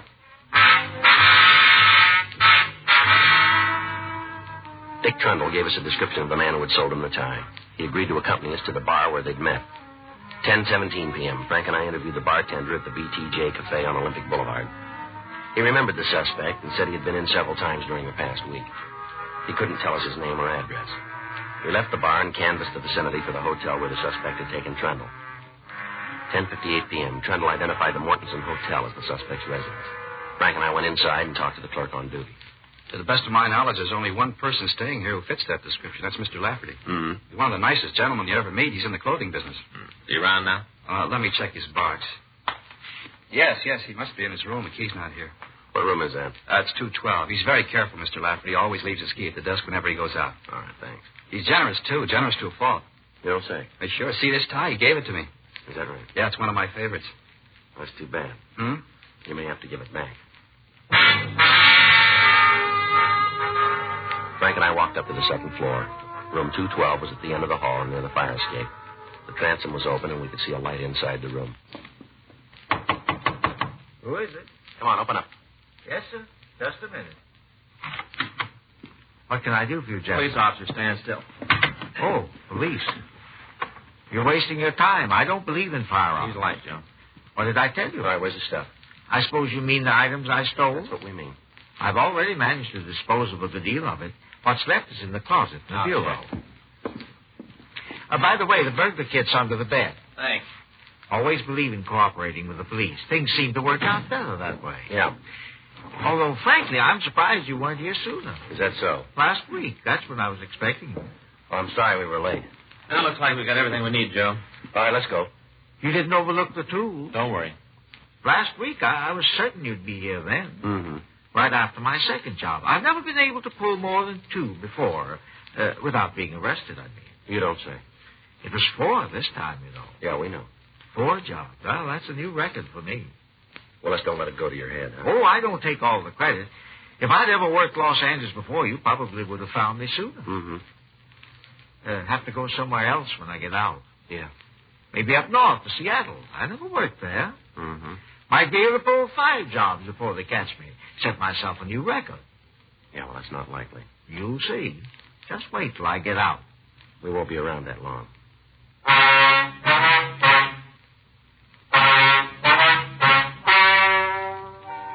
The story you've just heard is true. The names were changed to protect the innocent. On January 7th, trial was held in Department 98, Superior Court of the State of California, in and for the County of Los Angeles.